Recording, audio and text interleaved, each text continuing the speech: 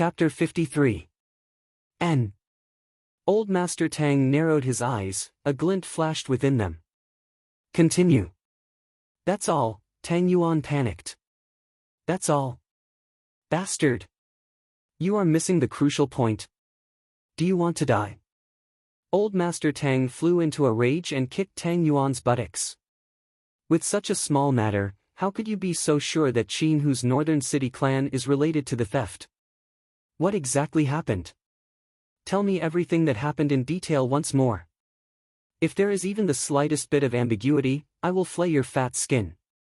Tang Yuan felt helpless. Seeing that he could not deceive Old Master Tang, he began to narrate the entire story. Old Master Tang narrowed his eyes as he listened.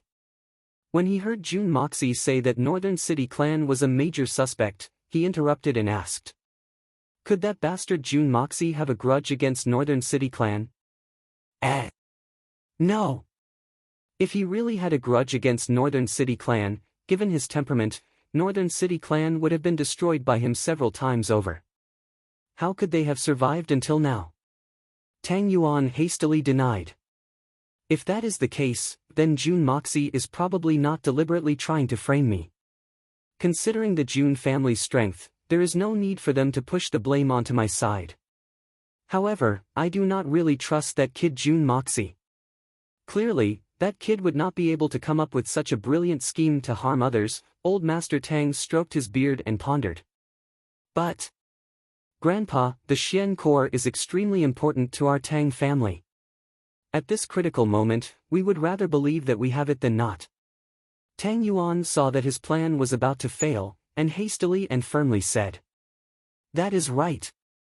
It is better to believe it than not. Besides, it is just an underground gang. Making a move against them is not a big deal. Just treat it as doing the people a favor. Old Master Tang abruptly stood up. Just based on this point alone, it would be too far-fetched to say that the Northern City clan is involved in this matter. However, in recent times, the major gangs within the capital have been stirring up quite a bit of trouble. Especially this Northern City clan, I have heard that they have committed quite a bit of evil deeds. As for the matter of the Xian core, I have really missed out on these gangs. Let's first interrogate the Northern City clan, that would be a good way to go. Old Master Tang thought about it, but in reality, he did not have much hope. However, there was really no other way. Even if there was such a glimmer of hope, he had to check it out. Pass down my orders. All the upper 9th level Xian cultivators in the manor are to gather immediately. Tonight, we will catch them off guard. Remember, before the matter is concluded, no one is to kill anyone. We can talk after the interrogation. Yes. Tang Yuan was overjoyed. Jun Sunchao's method is indeed effective. Grandpa's opinion of me has changed, waha. The reason why Jun Xia planned this matter was because he could not stand the sight of the Northern City clan. Since the evil prince could not stand it, he would naturally not let them off easy. However, he had to do it himself. Thus, he pushed the blame onto the Tang family. Tang Yuan accepted this matter for the sake of living a more comfortable life. He did not want to be like a mouse in his own house. Old Master Tang accepted this matter only because he was holding on to a sliver of hope. However, a sliver of hope was better than none. At the same time, he could also use the name of doing the people a favor. Regardless of the outcome, as long as the crimes committed by the Northern City clan were made public, the reputation of the Tang family would rise to another level. At the very least, there would be many voices of support from the people. Besides, the Northern City clan was the weakest of the 6 great clans.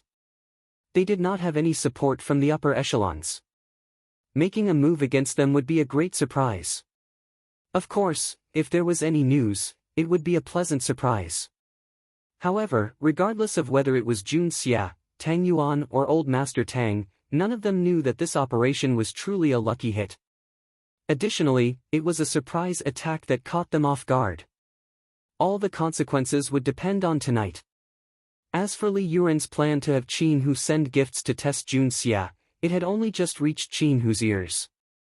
However, after this thunderous operation by Old Master Tang, He reckoned that he would once again meet with an inexplicable and unfathomable end. Moreover, it would be a head-on blow without any warning. Moreover, the reason for this was because of two debauches. One of them wanted to mess with someone, while the other wanted to get rid of his own awkward situation. These two selfish debauches had coincidentally foiled Li Yuan's plan, which had always been flawless. Could this be heaven's will? Jun Xia slowly walked along the road. The shop of the Divine Arms Collection was already before him.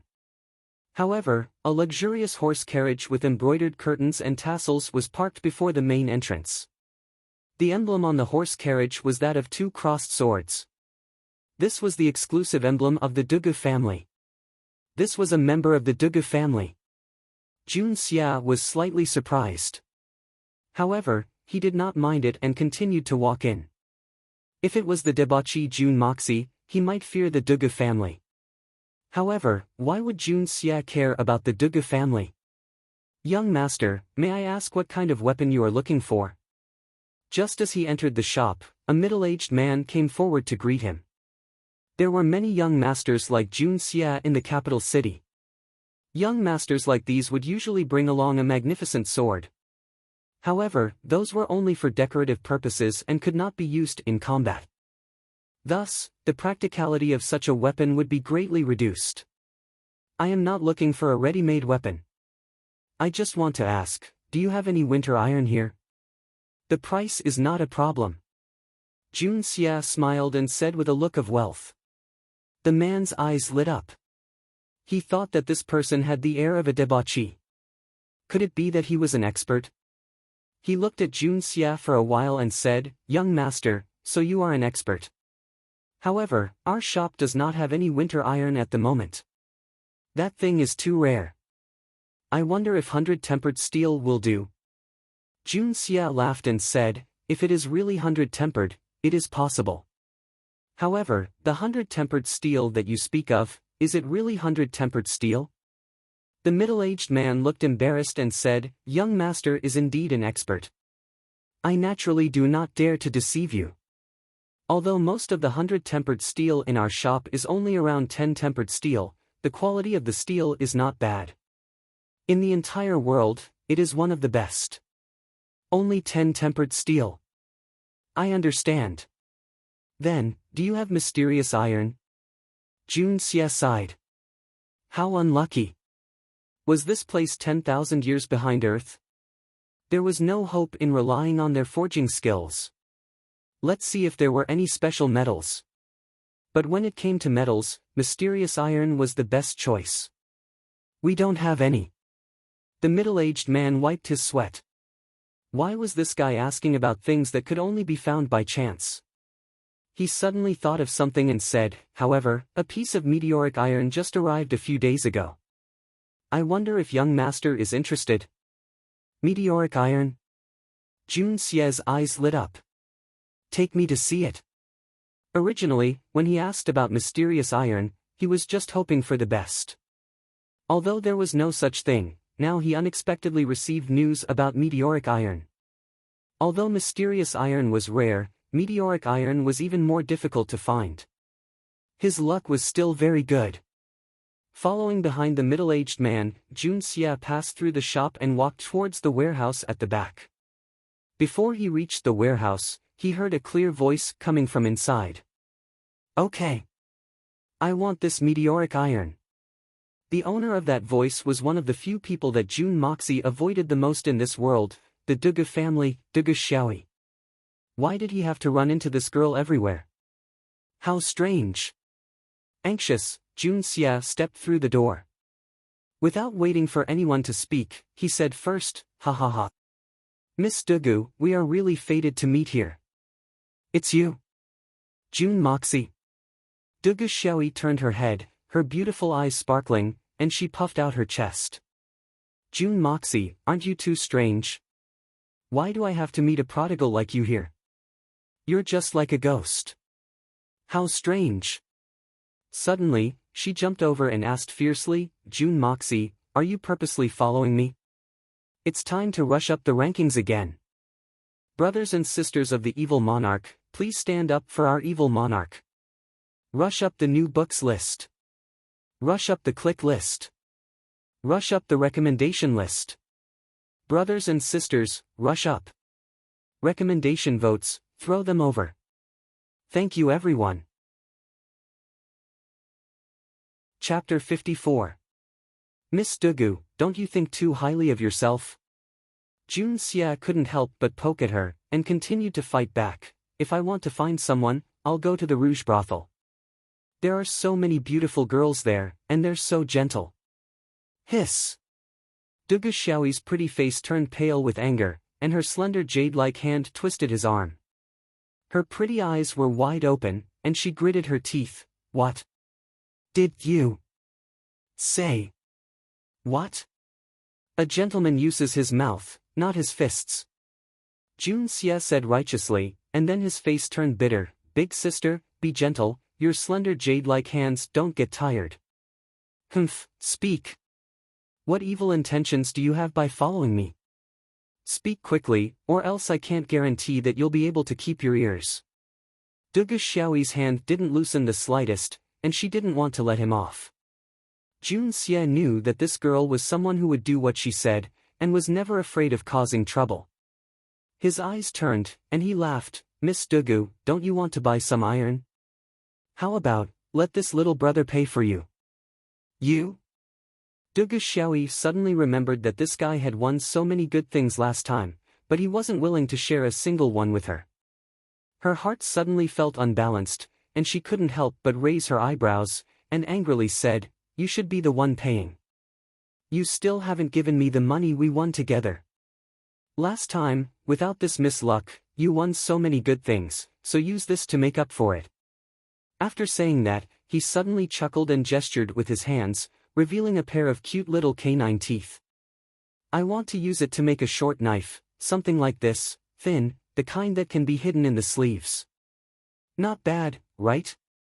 Jun Xia's heart broke out in cold sweat. This girl is too good at ting. All she did was ask you to be her witness. Not only did she win 20,000 taels of silver, she even snatched away 100,000 taels worth of banknotes from him. Now, she had unexpectedly become his partner. And all because of her luck. She only needed to forge a small blade, yet she wanted to occupy such a large piece of meteoric iron. What is called recklessly wasting God's gift? This girl is the perfect example. The piece of meteoric iron was approximately the size of 2 basketballs. Its entire body exuded a peculiar color, similar to the special color of aluminium alloys from Jun Xia's past life. However, it appeared to be purer, and there were also irregular marks on its surface. With one look, Jun Xia was sure that the quality of this iron was definitely better than black iron. At this moment, Jun Xia had already made up his mind. Regardless of whether it was swindling, kidnapping, or rape, he had to get his hands on this iron. Such a good thing, only in the hands of this young master can it be put to full use. Boss, this piece of iron, how many taels of silver is it? Jun Xia carelessly kicked the basketball-sized iron in the middle of the room with the tip of his foot, and asked with a crooked mouth and slanted eyes. This made the middle-aged man who brought him in dumbfounded. This young master looked like an expert just now, and his speech and behavior were considered calm and proper. Why did he suddenly change into such a disgusting and unlucky appearance when he saw this beautiful lady? What was he playing at? Could it be that he was blinded by lust? What a femme fatale. Beauty really does harm to people. Haha, young master, this piece is from outer space. The boss was an old man, and his body was slightly hunched. Without waiting for him to say anything, Jun Xia interrupted him impatiently. Don't spout nonsense, just tell me how much it is. This young master has plenty of money. Anything that I like, even if it's scrap iron, is still a treasure. Just name your price for this piece of iron. Yes, the boss was able to open a shop in the capital, so naturally he was quite knowledgeable. He knew that this young master in front of him was very likely to be one of the few extremely famous super rich playboys in the capital, so how could he dare to slight such a devil incarnate? He hurriedly said, this iron has an extraordinary origin, and my humble shop values it at 80,000 taels of silver. Moreover, if young master and young mistress want to use my humble shop to make a specific object, the cost will be increased by another 5,000 taels of silver. Oh? 80,000 taels? So cheap? I'll buy it. Jun Xia acted as if he didn't care about money in his pocket, and kicked another piece with the tip of his foot. What about this piece of junk? He looked arrogant and despotic, but the item he pointed at was really not an ordinary item. It was a large piece of refined steel, much bigger than the meteoric iron, and its entire body faintly emitted a dark red luster. This is also a piece of refined steel, although it can't be compared to the meteoric iron, but it still costs 2,000 taels of silver. The old man answered quickly.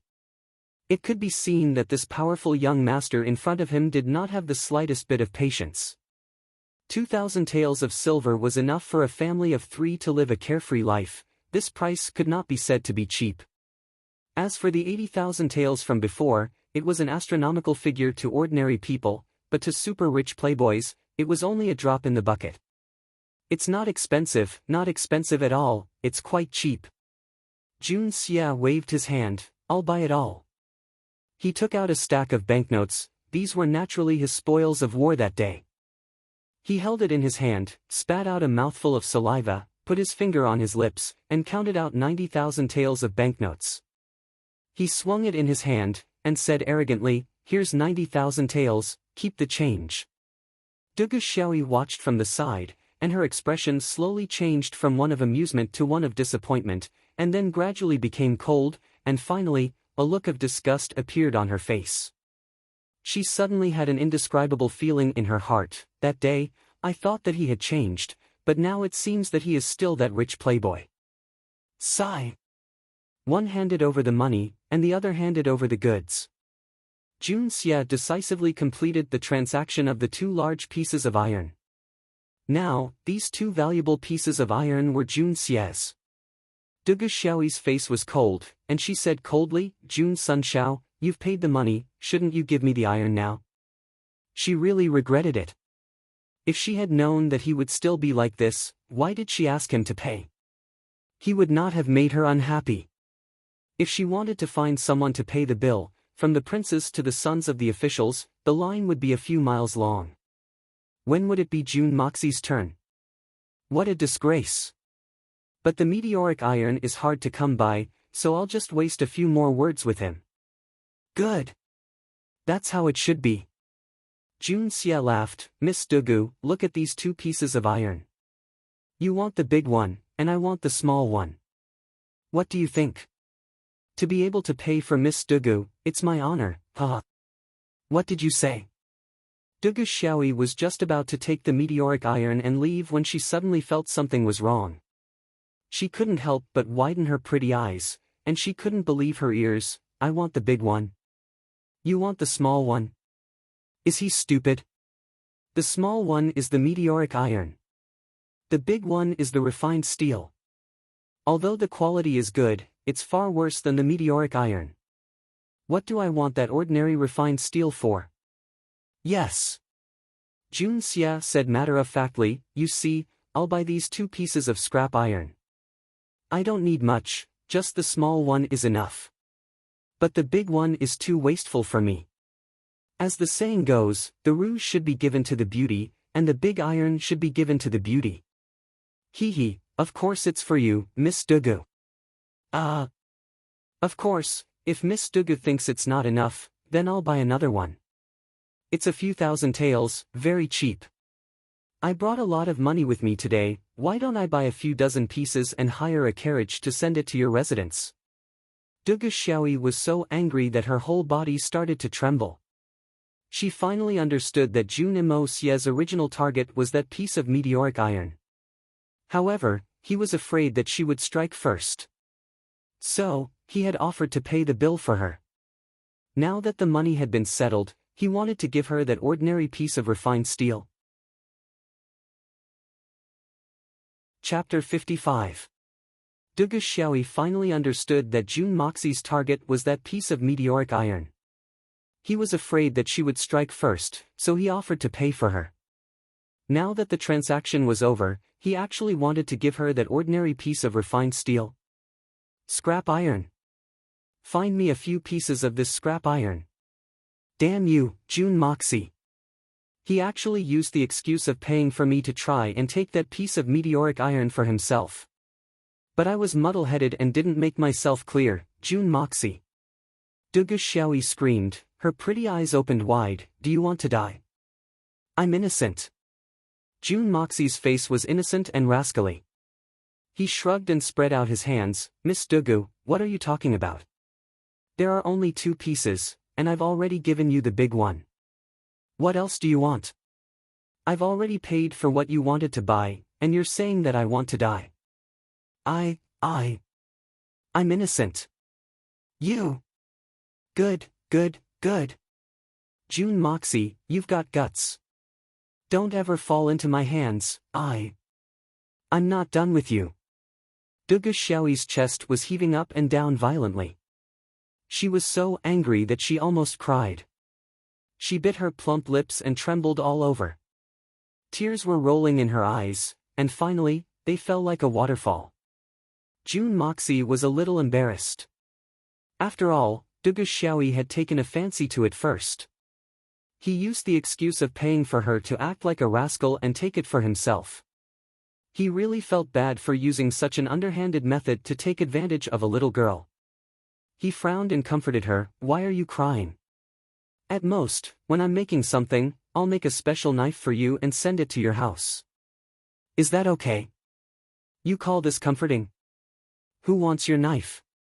Dugu Xiaoyi did not know that Jun Xia's words were equivalent to a promise, and thought that Jun Xia was deliberately mocking her. She was so angry that she stamped her feet and finally started sobbing. She felt wronged and said, "This iron is mine." Speaking of which, Dugu Xiaoyi wasn't crying because of that piece of meteoric iron. After all, meteoric iron was precious, but with the Dugu family's strength, it wouldn't be too difficult for them to find it as long as they deliberately searched for it. The real reason Xiaoyi was crying was because of that hateful fellow, June Moxie. He had acted like a debauchee, and hadn't even let her finish speaking before he had decisively bought the 2 pieces of meteoric iron. He purposely made the whole thing muddle-headed. Now that the thing was in his hands, he immediately gave it to that piece of trash. He actually made it sound so sanctimonious. You want the big one, I want the small one. Is this something that can be judged by size? Of course, the most infuriating thing was that she had once again misjudged him. She had once again been deceived by his pretense. Tears fell down like pearls from a broken necklace. Dugu Xiaoyi was very heartbroken. This guy is just standing there like a block of wood. He doesn't even come over to comfort me. Dugu Xiaoyi became even more bitter. She opened her small mouth, and started to sob. Hey, don't cry. You're crying so much that your face is ruined. It's very ugly. Jun Xia frowned. He squinted at her, and consoled her. I want to cry. It's none of your business. You. Who are you calling ugly? The word ugly was a taboo for girls. It was really unbearable. Dugu Xiaoyi suddenly stopped crying. She glared fiercely at Jun Xia. Anger rose in her heart. She suddenly grabbed Jun Xia's arm. She opened her small mouth and bit down on it. She threw it away and started to cry even louder. Awoo! Jun Xia's face twitched. He clenched his teeth and hissed, "Fuck." Dugu Xiaoyi stared at him with tears in her eyes. She sobbed, "You. What did you say?" She didn't hear it clearly. Jun Xia spread out his hands. It hurt. Dugu Xiaoyi started to cry again. Jun Xia scratched his head. He shrugged his shoulders. He spread out his hands. He was at his wit's end. In his past life, Jun Xia was an assassin. He had rarely come into contact with love affairs. Even if he had a need, it would be for real money. After the deed was done, they would just stare at each other. You and I have nothing to do with one another. He didn't understand a girl's thoughts at all. He didn't know how to coax a girl. So, even though Dugu Xiaoyi was crying, he didn't know how to comfort her. He simply gave up and ignored her. Cry if you want. He squatted on the ground and carefully examined the meteorite. The more he looked, the more satisfied he was. He lifted it with his hands. It was only slightly bigger than a basketball, but it actually weighed more than 200 pounds. He clicked his tongue in satisfaction. If he used this meteorite to make a flying knife, it would definitely be invincible. He really picked up a treasure this time. Although the method was a bit shady. Just as he was reveling in it, he suddenly felt a pain on his butt. He almost bumped into the meteorite. He heard Dugu Xiaoyi crying as she ran away, leaving a trail of tears on the ground. It turned out that when Dugu Xiaoyi saw that Jun Xia completely ignored her and turned his head to look at the meteorite, she felt even more wronged. She kicked his butt and ran away crying, rubbing his butt. Jun Xia was a bit annoyed. Dugu Xiaoyi had already disappeared. Jun Xia let out a long sigh and cursed under his breath, "Motherfucker. If you fall into my hands, I will do that first, then that, humph. In fact, although Jun Xia's martial arts were not as profound as Dugu Xiaoyi's, if they were to really fight with their lives on the line, Dugu Xiaoyi, who had little combat experience, would definitely not be a match for Jun Xia. However, this was where the problem lay. In his past life, Jun Xia had practiced all sorts of techniques that were fast and ruthless, killing with a single strike. And now, those who were familiarizing themselves with them were no exception. If it was a normal spar, Jun Xia would not be able to display his true strength, so it was not optimistic. In his previous life, when Jun Xia's martial brothers asked him for pointers, he said, "Don't come to me for pointers or spars. I only know how to kill, I don't know how to fight." But against Dugu Xiaoyi, how could he really fight with his life on the line? Regardless of family status or personal temper, Jun Xia would not allow him to kill Dugu Xiaoyi. Moreover, Dugu Xiaoyi was known as the nemesis of fops. She was also a kind-hearted girl who abhorred evil. Moreover, the original Jun Moxie was too much of a bastard. He stood up and looked at the shopkeeper. "Boss, if this meteoric iron is made into a weapon here, how many times can it be refined?" The old man pondered for a while and said, "This meteoric iron has been refined once before to remove the impurities. If we continue to refine it, it can be refined 3 times at most, and it will reach the point where it will be surrounded by cloud patterns. If it is made into a weapon, it will definitely be extremely sharp. Can it cut through iron like mud?" Jun Xia muttered. "No." The old man grinned and answered straightforwardly. "Cut through iron like mud? Little guy, you've heard too many legends, haven't you? Then why do you call it the Book of Godly Weapons? If it can't cut through iron like mud, what kind of divine weapon is it?" Jun Xia stared, feeling as if he had been deceived. The old man suddenly felt wronged and cried out, "Young master, I'm afraid you've misunderstood. The so-called cutting through iron like mud, that's basically a legendary characteristic of divine weapons. Besides, even if it's a first-class divine weapon, it still needs to be in the right hands to be able to cut through iron like mud. Young master, you said that even an ordinary person can cut through iron like mud. Not to mention this shop, even if you look at the whole world, there is no such thing." "Oh? That makes sense." Jun Xia suddenly thought of a saying, "Wherever true qi reaches, grass and trees will become sharp swords." He couldn't help but shake his head, thinking, bullshit, what's the point of having a sharp sword at that level? You need a sharp sword because you don't have enough martial arts. Forget it, I'll think of a way myself. Jun Xia sighed, asked the waiter to send it to the Jun residence. So it's that guy from the Jun family. No wonder he's such a prodigal. The old man repeatedly complied, wiping away his sweat. Although this debauchee young master is a debauchee, he didn't pester me endlessly today. It's good that you're willing to think of a way yourself, but it's a pity that this big piece of meteoric iron is wasted. However, such a legendary divine weapon had yet to be seen in this world. It's really hard for me to forge it for you. Looking at Jun Xia's back as he left, the old man cursed in his heart, "You're just a debauchee, and you want to forge your own blade? If you can really forge it, this old man won't need to walk anymore." Recommended work by Jean-Charles Lushuet, The Legend of Interstellar Pirates. Jean-Charles has written a book called I'm a Little Devil. It's very well written, everyone can read it if they're interested. Chapter 56. Turning around, Jun Xia walked out of the shop. It was not that the Jun family did not have a carriage. Moreover, the carriage was extremely luxurious. However, Jun Xia always preferred to walk on two legs. As an assassin in his previous life, he subconsciously believed that walking on the ground was the safest way.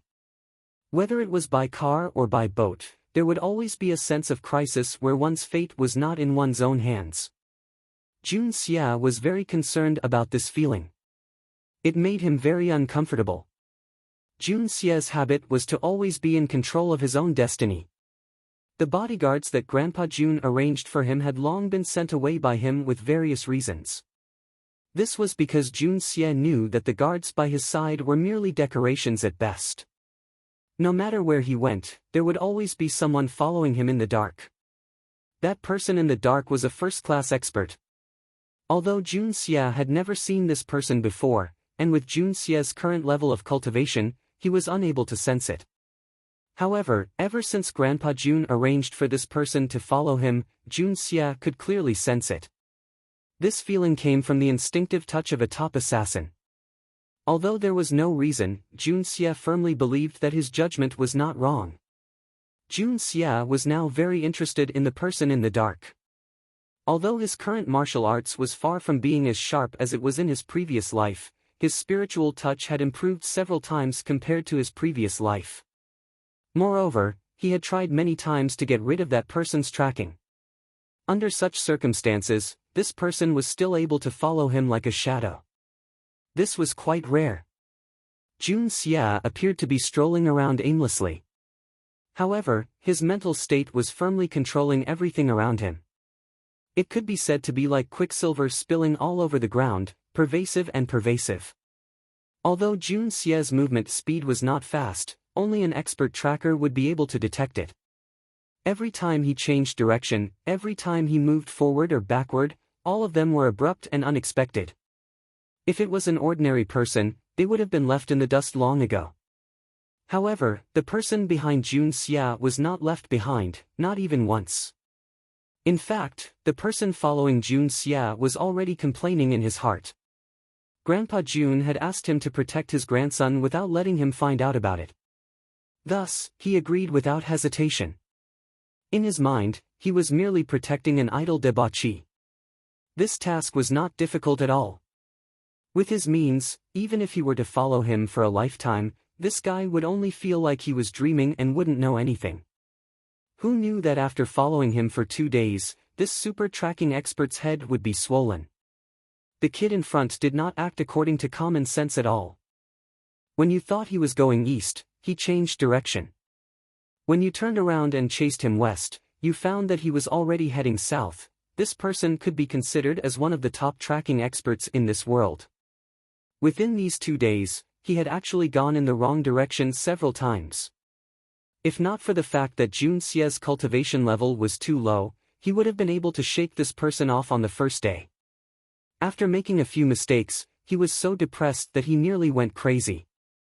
He even pulled out a few strands of his beard. There were several times when he wanted to jump out and grab this brat's collar to ask him, "What the fuck are you doing wandering around in the middle of nowhere every day? Can't you be a little more honest? Could it be that this debauchee found me?" Just as he thought of this, he denied it. Looking at this debauchee, how could he find me? It's all because of this kid's actions. As he was thinking about it, he suddenly noticed that Jun Xia, who was in front of him, had quickened his pace and entered a cosmetics shop. He could not help but spit out in disgust. He thought to himself that this was truly a debauchee, to actually barge into a shop owned by a woman. After waiting for a while, he did not see Jun Xia coming out. Finally, he could not hold it in any longer and rushed over. Sneaking a glance, he did not see Jun Xia's shadow. He could not help but feel depressed. It turns out that this kid went out through the back door. How could I be so stupid? Why did I not think of this? He searched in the direction of the back door like the wind. By the time he was far away, Jun Xie had finally ascertained that the aura that had been paying attention to him had completely disappeared. Only then did he leisurely walk out of the rouge and face powder shop. After politely thanking him, he walked back the way he came, swaggering off. Only a few female employees in the shop stared with their big round eyes. They were speechless. This handsome young master looked quite healthy. Why did he suddenly have diarrhea the moment he entered our shop? And why did he occupy the toilet for so long? We sisters almost couldn't hold it in anymore. The sky gradually darkened and the sun slowly set. It was already dusk. The curtain of night had already opened up its ferocious mouth. Once the afterglow on the horizon disappeared, it would swallow the entire Qianquan earth in one gulp. Jun Xie walked 2 steps and suddenly turned back. He changed to another path and went in the direction of the cosmetics shop's back door. At the same time, he could not help but laugh secretly in his heart. That guy is probably going to be confused by me today. As the king of assassins and a hunter of the jungle, this is what I am best at. If I can't deal with this idiot from another world, then it would be strange. Kid, compared to me, you are still too inexperienced. Jun Xie's guess was right. After that person chased for several tens of feet, he did not find any trace of Jun Xie. He instantly knew that he had been tricked and came back like a gust of wind.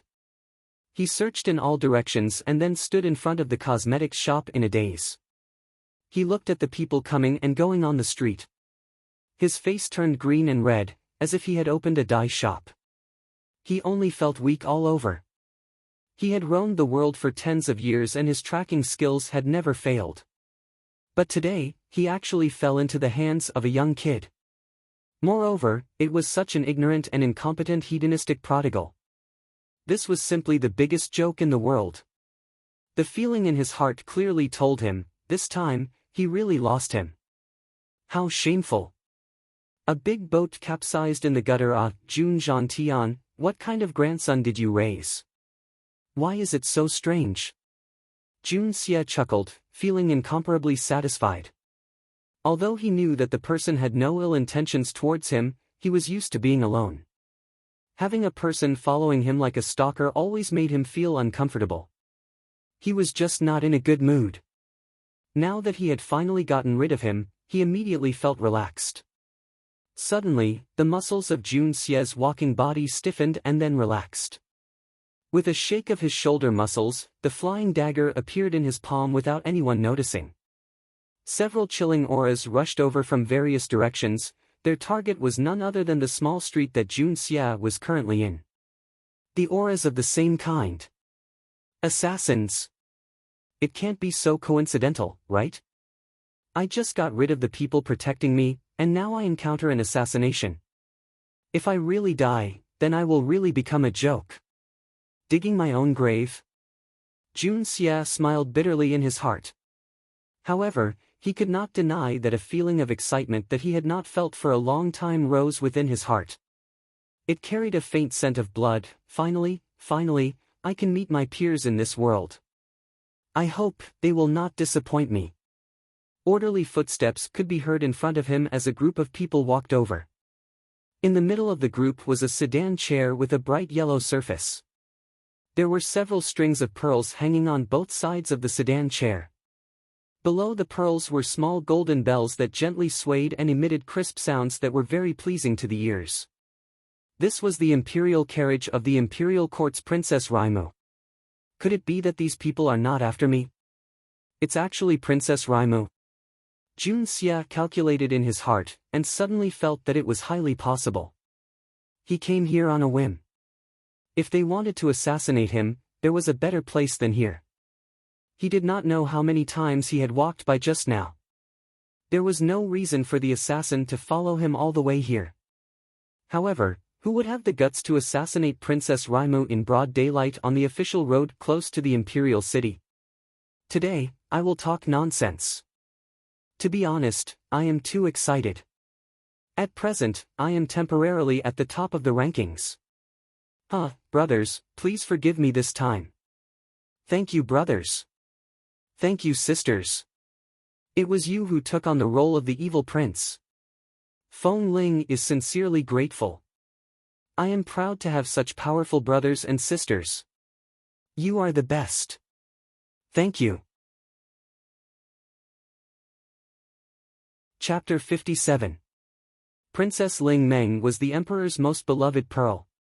If she wanted a star, she would not give him the moon. She treated him like a treasure. If Princess Ling Meng were to be assassinated, who knows how angry and heartbroken the emperor would be. How could these people withstand the emperor's wrath?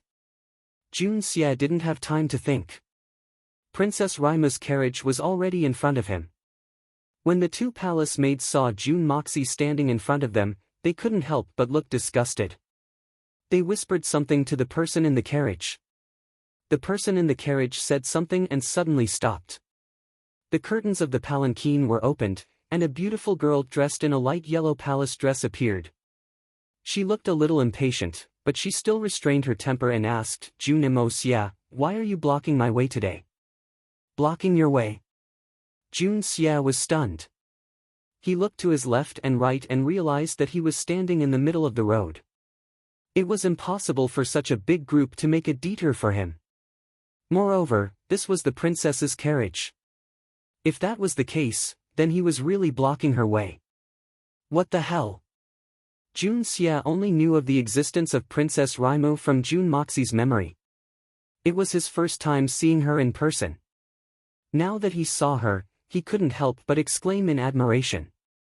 It was no wonder that Jun Xie could not forget her. This Princess Ling Meng was truly a heavenly beauty, a beauty that could topple the world. Her skin was fair and tender, her eyebrows were curved, and her eyes were like two pools of limpid autumn water. She had an oval face, and her black hair was like a waterfall. She exuded a noble and holy aura, but at the same time, she seemed to be above the mortal world. She was fresh and refined, like a lotus flower that had just emerged from the water. Where is Her Royal Highness going? At this moment, Jun Xie realized that the majestic pavilion in front of him was the imperial city. Princess Raimo had just come out from the imperial city, but she was followed by a group of assassins. What did this mean? It seemed a little too strange. After figuring this out, Jun Xie had an urge to run away. With the Jun family's current situation, it was not suitable for them to get involved in the affairs of the imperial family. But looking at the strength of Princess Raimo and her entourage, Jun Xie felt that the possibility of protecting Princess Raimo's life was very small. Such a beauty would probably die in the hands of the assassins soon. Although Jun Xie felt that it was a pity, he didn't feel too reluctant. After all, the most important thing now was to protect himself and his family. Oh, I want to go to the Dugu residence to look for Xiao Yi. Third young Master Jun, please let me pass. Princess Ling Meng's face was calm. It turned out that Dugu Xiao Yi had been cheated out of a piece of meteoric iron by Jun Xie. The more she thought about it, the more aggrieved she became. She ran all the way to her best friend, Princess Ling Meng, to complain. But at that time, Princess Raimo was in the Empress's bedroom and did not see it. When Princess Ling Meng returned, she heard that her best sister had come and left in tears. She immediately became nervous, thinking that something big had happened. So, she hastily made arrangements to go to the Dugu family to see what had happened. She wanted to find out what had caused her unruly, adorable, and intelligent sister to be so heartbroken. But, as luck would have it, she met the culprit, Jun Xie. Of course, Princess Raimo was not aware of this. Otherwise, she would have tied this guy up and sent him to the Dugu family. Jun Xie felt a little strange. From this princess, Jun Xie did not feel the slightest bit of a condescending and overbearing royal aura. Instead, he felt very peaceful. It was unusual for a princess of the royal family to have such a peaceful temperament. Yes. In that case, Mo Xie will not disturb you any further. Your Highness, please go ahead. Jun Xie made up his mind to avoid trouble and left. But in the end, he still inadvertently reminded her. He stared at her and said in a deep voice, "Be careful." In fact, Jun Xie felt very strange. Normally, when a princess, especially one who was as pampered as Princess Raimu, was traveling, how could there be so few guards around her? Moreover, there were no experts in the entourage. And at this moment, when she was at her weakest, an assassin came? Could there be such a coincidence in this world? The more he thought about it, the more Jun Xia felt that there was a huge conspiracy hidden in this. A gentleman would not stand under a collapsing wall. An excellent assassin would stay away from trouble. Jun Xia was not a person who had tender feelings for the fairer sex, not to mention risking his life. Of course, he would resolutely refuse, especially when it was a woman who was full of disgust for him. Even if this woman was as beautiful as a fairy, so what? Princess Ling Meng looked at Jun Imo Xia in astonishment. Based on her understanding of this third young master Jun, whenever he sees her, he will inevitably pester her with the words elder sister, younger sister. So, why is he being so easy to talk to today? This is truly a rare occurrence. However, he has retreated. Saving the two of them from falling out is a good thing. The princess shrunk back into the sedan chair and the pearl curtain was lowered again. Looking at it now, a hazy and infinitely beautiful figure was faintly discernible, like a dream. In the shadows, someone was speaking hurriedly. Boss, that debauchee of the Jun family, Jun Moxie, has suddenly appeared here. What should we do? Should we wait for him to go over before we act, or? A masked man was leaning on the roof, his eyes flashing with a golden light. He came at the right time, we can't miss this opportunity. We might as well kill him together. Let that old brat Jun Zhantian go crazy together. That's good too. Yes. Jun Xia retreated to the side, muttering in his heart. Even a fragrant and stunning beauty will stink after death. Then, she will still be a pile of bones, a pile of dirt. Jun Xia, you must not be soft-hearted. You will only implicate yourself if you stand up for him. Finally, he shook his head and was about to leave this place. Unexpectedly, at this moment, several cold auras locked onto Jun Xia. Fuck. I can't leave now even if I wanted to. Jun Xia could feel the murderous auras locking onto him becoming more and more intense. How could he not know that these people had also included him in their kill list? Who did I offend? This is really an undeserved calamity. Even if you eat, you can't eat like this. I'm just a passerby. Following the command of raise the sedan chair, the convoy continued to move forward slowly. The several bodyguards at the front of the procession were quite courteous and they bowed to Jun Xia before urging their horses to lead the way.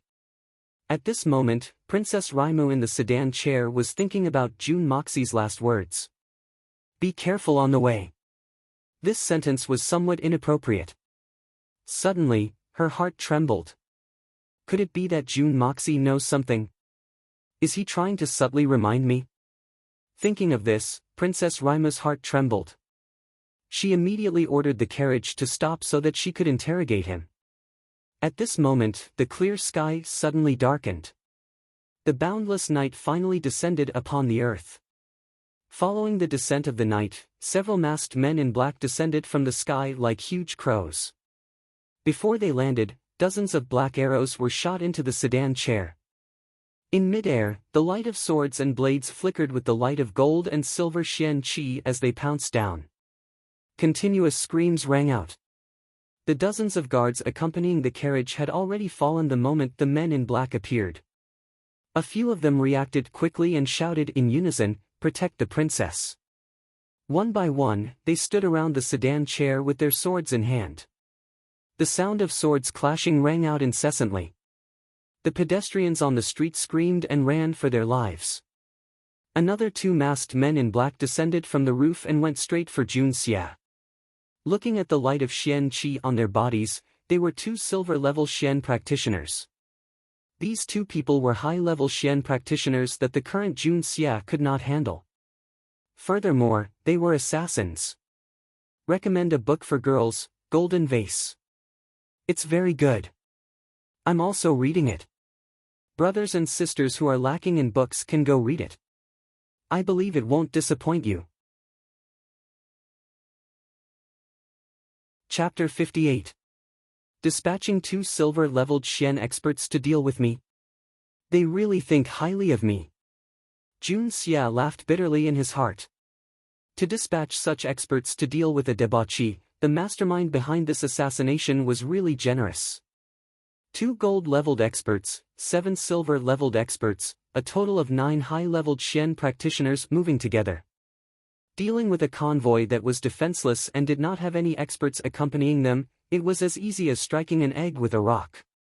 2 long swords flashed with silver light as they fiercely stabbed down. The 2 pairs of eyes behind the mask were filled with cruelty and bloodlust. 1 strike for 1 kill. Facing the 2 thrusting swords, Jun Xia's mind flashed with dozens of ways to deal with them. But on second thought, these were just a few methods, and no matter which one he chose, he would expose himself. The emperor was completely at ease with the current Jun family. Although the Jun family had declined, Jun Wui's lower body was paralyzed, and Jun Moxie's debauchee was useless. This meant that they had no descendants. This meant that the old Jun Zhantian had no ambitions. That was why the emperor handed over the entire country's army to him. But if he discovered that Jun Moxie was a dragon among men, then the trust he had now would immediately turn into a huge suspicion. After all, Jun Zhantian's position in the army was too frightening. And now, if Jun Xia were to expose his strength to the princess's bodyguards, from a certain point of view, it would be equivalent to forcing the emperor to act against the Jun family. So, he couldn't. Jun Xia made a decision in a split second. Jun Xia's face was filled with panic as he hastily retreated. Suddenly, his feet seemed to have tripped over something, causing him to stumble backwards. Unintentionally or unintentionally, one of the swords brushed past his scalp. At the same time, he secretly circulated the art of unlocking heaven's fortune to protect his internal organs. With a forceful twist, the other sword pierced into his chest. It looked serious, but not even his bones were injured. The art of unlocking heaven's fortune circulated at full force. A thick white mist instantly filled Jun Xia's limbs and every meridian, rapidly repairing his body. It was at this moment that the other person's legs flew out, landing 2 kicks on Jun Xia's chest. Jun Xia grunted and spat out a mouthful of blood, falling down with his back facing the sky. He rolled on the ground, causing his white robes to become stained with blood. Then, he turned his body upside down and fell silently. The 2 assassins looked at each other, their expressions unchanged. Without a word, they rushed towards the besieged Princess Raimu. In their minds, Jun Moxie, the capital's most famous debauchee, had been stabbed in the chest with a sword, and then suffered a kick from a silver-leveled Xian Qi practitioner. His internal organs must have been destroyed, and there was no hope for him to survive. Therefore, the 2 of them did not even bother to look at him and turned around. The 2 of them did not notice that when the 2 kicks landed on Jun Xia's body, the clothes in front of Jun Xia's chest suddenly bulged strangely. Following that, the 2 kicks landed on his chest, and his clothes actually fluttered 5 to 6 times, dissipating most of the force. At present, Princess Ling Meng's imperial bodyguards were the most ordinary of the palace guards. Only the 2 leading them were strong, but they were only silver-leveled Xian experts. Caught off guard, they had to deal with the surprise attack of 2 gold-leveled experts and 7 silver-leveled experts. Thus, they were thrown into confusion. Although the rest of them had the advantage in numbers, they were not of much use. The strange thing was, ever since the black arrow was shot into the carriage, there was no sound from inside. It was unknown whether Princess Raimu was dead or alive. The guards in front of the carriage fell one by one. The 2 black-clothed masked men looked at each other, and at the same time, they stood up and flew into the air. Their bodies shone with a golden light, like eagles swooping down on a rabbit, and pounced towards the carriage. The guards turned pale with fright. They shouted and rushed forward without a care for their own safety. They wanted to risk their lives to stop them. But how could they stop 2 gold-level experts with their low Xian Qi cultivation? The difference in strength between the 2 sides was too great. Like a wave, they retreated to the sides, and the 2 black-clothed men quickly pounced on the roof of the carriage. Four hands struck out, sword light flashed, and a burst of golden light exploded. The luxurious carriage was already torn into pieces, and the beautiful cloth fluttered in the air. Under the night sky, the golden and silver light shone, and there was a kind of sorrowful beauty. A black light flashed, and the black arrow that was shot into the carriage suddenly shot out from the carriage like a poisonous dragon, biting towards the bodies of the two black-clothed men who were still in midair. Sword light flashed and caw-caw sounds rang out as the arrows were cut down.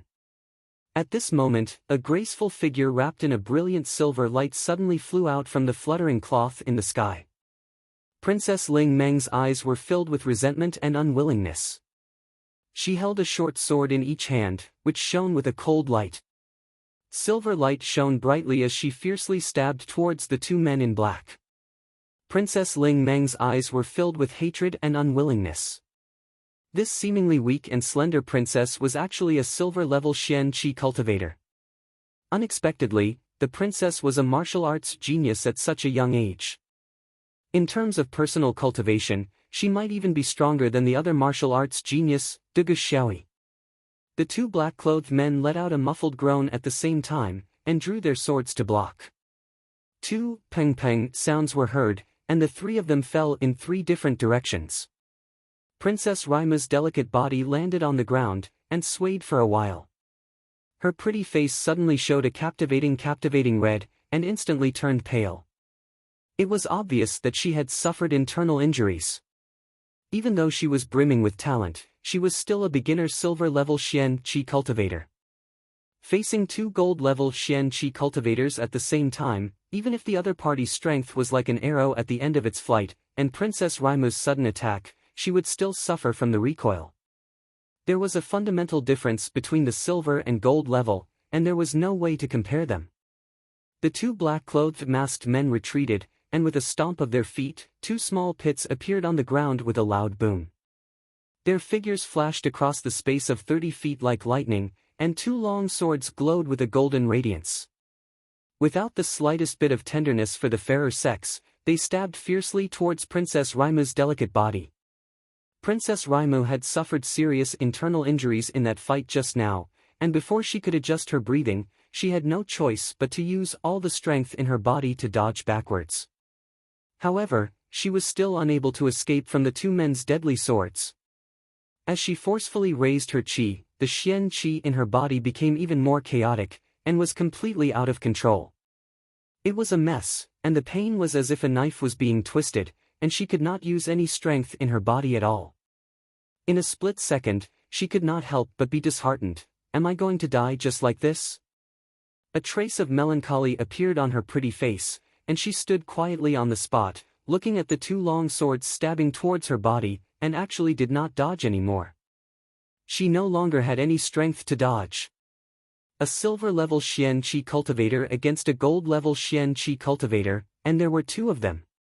Even if she was not injured, and even if she had superb dodging skills, it would all be in vain. The long swords were already very close, and Princess Raimu could clearly see the cruel and joyful look in the eyes of the two men behind their masks, as if they were extremely satisfied with the fact that they could kill such an outstanding beauty with their own hands. Your Royal Highness! Several guards cried out in alarm, and rushed forward without a care for their own safety.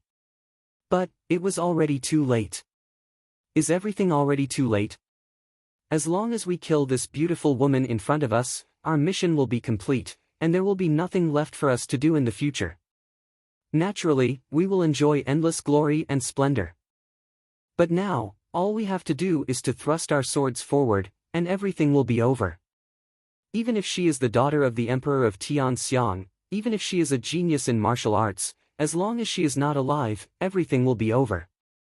Although the two black-robed men were well-trained assassins, and were gold Xian experts, and were usually vicious and cruel, killing people like scything flax, but at this moment, the person they were killing was a princess, and their eyes could not help but reveal a look of wild joy. At this moment, almost everyone's eyes were focused on Princess Raimu, and no one noticed that at this moment, Jun Xia, who was already a dead man in everyone's hearts, suddenly moved slightly, and a cold light shot out from his fingertips. It flew up to half a zhang, and made a half-circle, before suddenly turning into a dazzling blue light that whizzed towards the space between the assassins and Princess Raimu. Chapter 59.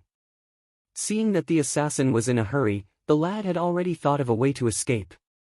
Although he fell backwards, he seemed to be in a sorry state, but all his internal energy was gathered in front of his chest. Under the agitation of his internal energy, his outer robe and undergarments bulged outwards, forming two very subtle layers of protection. The most amazing thing was that the big foot of the assassin seemed to have landed heavily on Jun Xie's chest, but when it touched the outer robe fluttered, dissipating most of the force. Then, the undergarments bulged again, dissipating another layer. Therefore, the actual force that Jun Xie's body received was less than a third of the strength. By the time the foot landed on his body, it was already an arrow at the end of its flight, with only a little force left. Even so, one sword and two kicks were not something that the current Jun Xie could easily endure. It was an extremely unbearable experience. However, while his internal organs were shaken, Jun Xie had already activated the mysterious creation art to transform the wounds he received into a clump of blood, which he spat out. Although the amount of blood he spat out was terrifying, it was not a big deal. That sword was wrapped by the art of unlocking heaven's fortune. With the miraculous power of the art of unlocking heaven's fortune, it was only a flesh wound.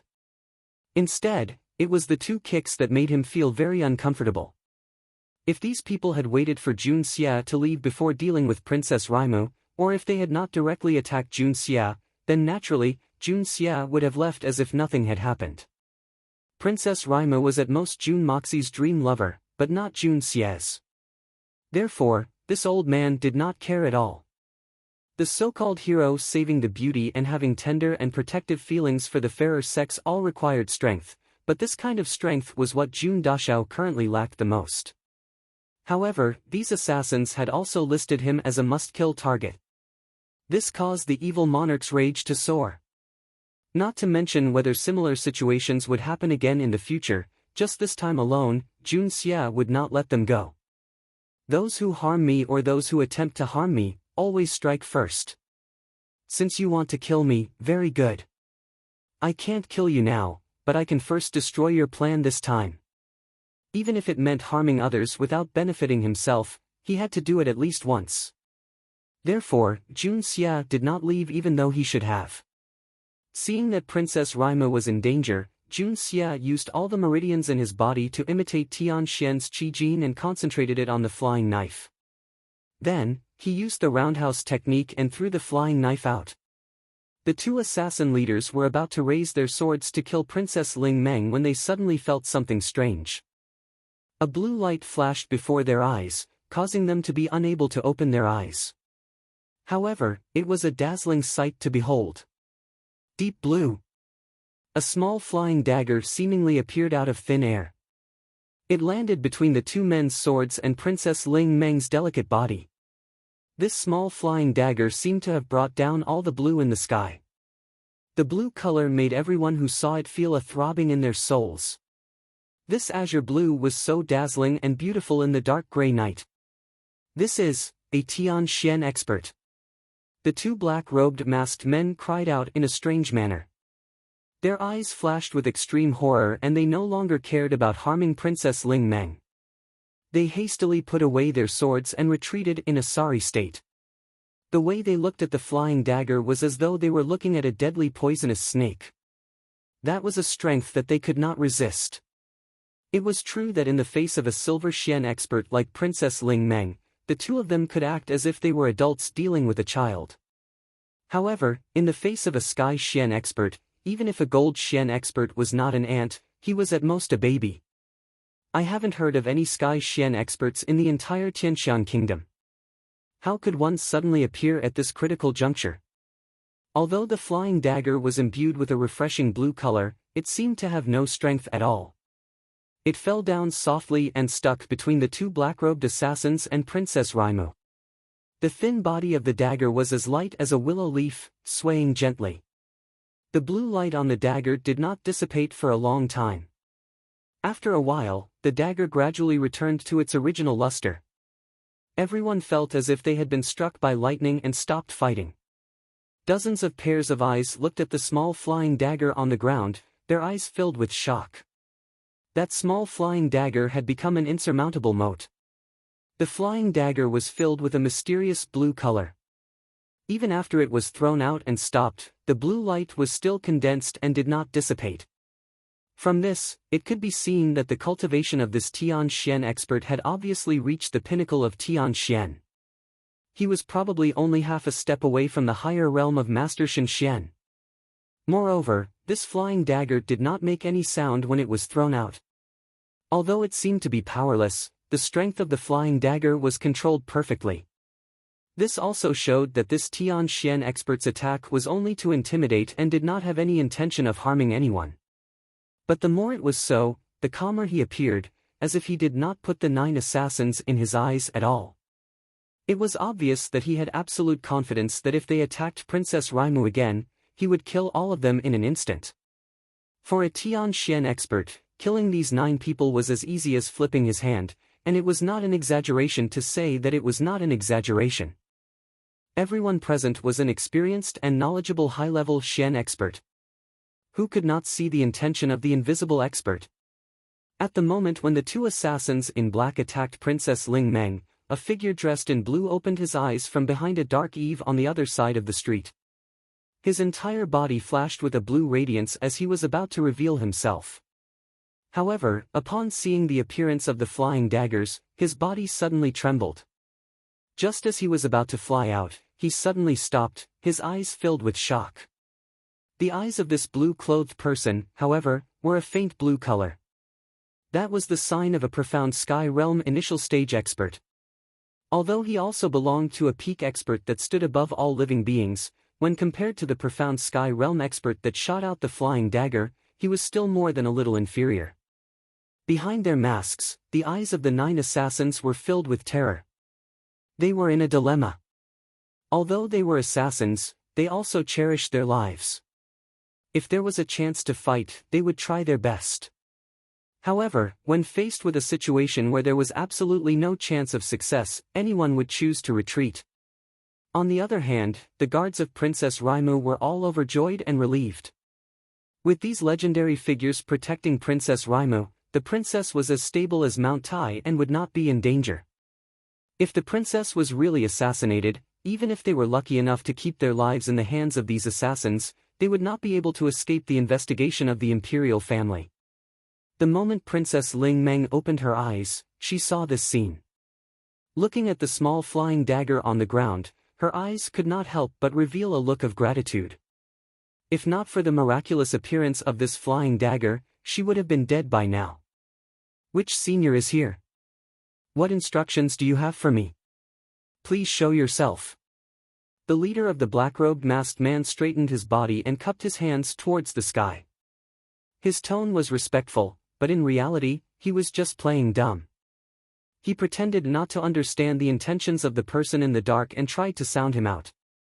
After all, if this assassination was fruitless, they might not have a good ending when they returned. Holding on to the possibility of success, they still had to try. If it was confirmed that the Tianxian expert in the dark really wanted to protect Princess Raimu, they would not have any hope of completing their mission even if they were to be buried here. At that time, the only option left was to retreat. However, even if Raimu was the princess of a country and the most beloved daughter of the Emperor of Tianxiang, she did not seem to be worthy of having a Tianxian expert as her bodyguard.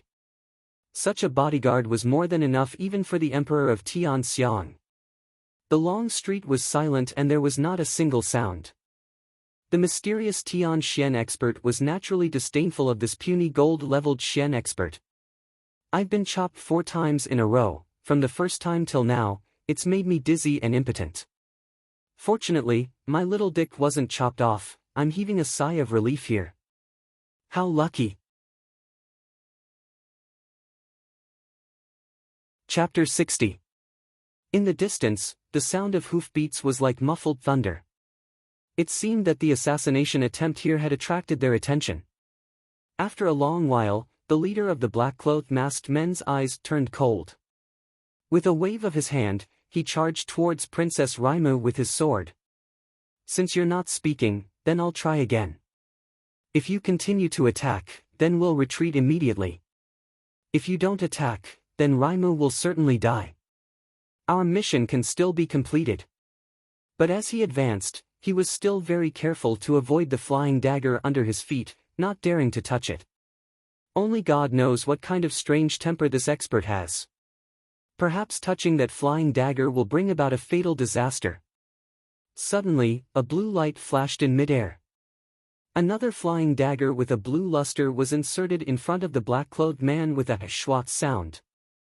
This time, the momentum was obviously much faster. It was obvious that the mysterious expert was somewhat angry at the Gold Xian assassin's indiscretion. The two flying daggers were inserted into the ground, trembling. They were small and exquisite, resembling a precious work of art that would shatter at the slightest touch. It seemed as though a gust of wind could blow them away. However, in the eyes of the 9 assassins, these two flying daggers had become a huge mountain between them and Princess Ling Meng. A huge mountain that was difficult to surmount. Attempting to surmount it would only bring about one's own destruction. If they were to insist on killing Raimu, then they must first kill the person who had sent the flying daggers. But, that person, was an expert at the peak of Tianxian realm. Not to mention killing him, even if the 9 assassins were to join forces to besiege him, they would still be killed cleanly by the other party. This time, the Tianxian expert who was hiding on the rooftop had already activated all of his spiritual senses. He devoutly closed his eyes, not letting go of any powerful divine sense in his surroundings. Under this kind of spiritual sense search, even if it was an expert at the peak of Tianxian realm or the initial stage of Supreme Master Xinxian realm, he was confident that he would be able to detect them in an instant. But, after a round of spiritual sense search, this Tianxian expert opened his eyes wide in shock. Beads of sweat fell from his forehead, and the shock in his eyes had reached a terrifying level. Who is it that is helping Princess Ling Meng? This Tianxian expert thought to himself, but he no longer dared to probe the mysterious expert's aura. Because he had exhausted all his efforts to search with rapt attention just now, but he actually couldn't find anything. There was no profound energy fluctuation in the air at all, and there was not even the slightest bit of divine sense fluctuation. The person who attacked had completely restrained himself. What did this mean? What kind of cultivation did he need? At least according to the knowledge of this Tianxian expert, not to mention himself, even those at the peak of Tianxian or even those at the middle level of supreme martial artist Xinxian might not be able to do it. Could it be that this mysterious expert was actually so brilliant? Could it be that he was actually a peak expert like the supreme martial artist Xinxian? Wouldn't that make him invincible? That was a figure that belonged to myths and legends. Oh my God! Thinking of how he, a mere junior Tianxian expert, had rashly tried to probe such a powerful existence, this Tianxian expert couldn't help but sweat profusely. Although he couldn't detect the other party, this godlike existence must have found him. If the other party had released his divine sense just now and attacked his probing divine sense head-on, then it wouldn't have been difficult for him to crush all his thoughts. In that case, there was no doubt that he would have been an idiot now. Fear, how long had it been since he had felt this way? But at this moment, this Tianxian expert couldn't help but feel a heartfelt fear in his heart. His eyes were filled with gratitude, and he silently bowed to the sky with a respectful attitude, as if he had seen the last disciple of his ancestor. He knew that the other party must have sensed it and seen it. How could he know that the existence of the supreme martial artist Xinxian expert, who had already risen to the level of the supreme martial artist, was now lying on the ground like a dead dog, not moving at all? As for the fact that he couldn't sense the powerful, divine sense, this was also reasonable. This supreme martial artist Xinxian expert, who was like a dead dog right now, had a Xian Qi divine sense that was not even comparable to a silver-level Xian Qi expert. It seemed to be really too insignificant. Although that Tianxian expert had sensed it, he had completely ignored it. It was really too weak, of course. Why did this supreme martial artist Xinxian expert want to use Tianxian's cultivation to intimidate these killers? This was also something that could be easily explained. After reaching the level of supreme martial artist Xinxian expert, the light of Xian Qi would return to its original state, completely concealing itself without any color. If he used his true level to attack, these killers might not be able to recognize it, and wouldn't that be bad? At that time, he would definitely need to take action personally to kill those ants, and that would be too shameful of his identity. And the azure sea sky of Tian Xian's peak was the highest cultivation that could be externally reflected by the light of Xian Qi. Even ordinary people who had not practiced Xian Qi could see it at a glance. From this, it could be seen that this senior was really careful and compassionate, and his intentions were really too good. That Tian Xian expert sighed, and he sincerely admired him. No wonder he could reach such a high level. Just look at his cultivation, this temperament, it was incomparably stronger than him. Senior Master. If his thoughts were to be heard by the supreme martial artist Shen Xian expert Jun Xia, who was lying on the ground, he believed that he would spit out a mouthful of blood and pass out from joy. This senior thinks too highly of me. At the street corner below, the eyes of the leading killer in black shot out a strong unwillingness. The expression in his eyes changed several times, and finally he raised his head and shouted, "Since Senior doesn't allow us to be presumptuous, then we will leave now." After waiting for a while, no one responded, knowing that this Tian Xian expert had no intention of showing up, and the sound of the horse's hooves was about to reach the street corner. Finally, he sighed, waved his hand and said, "Retreat." The 9 men in black retreated at the same time, and in a flash, golden and silver light flashed.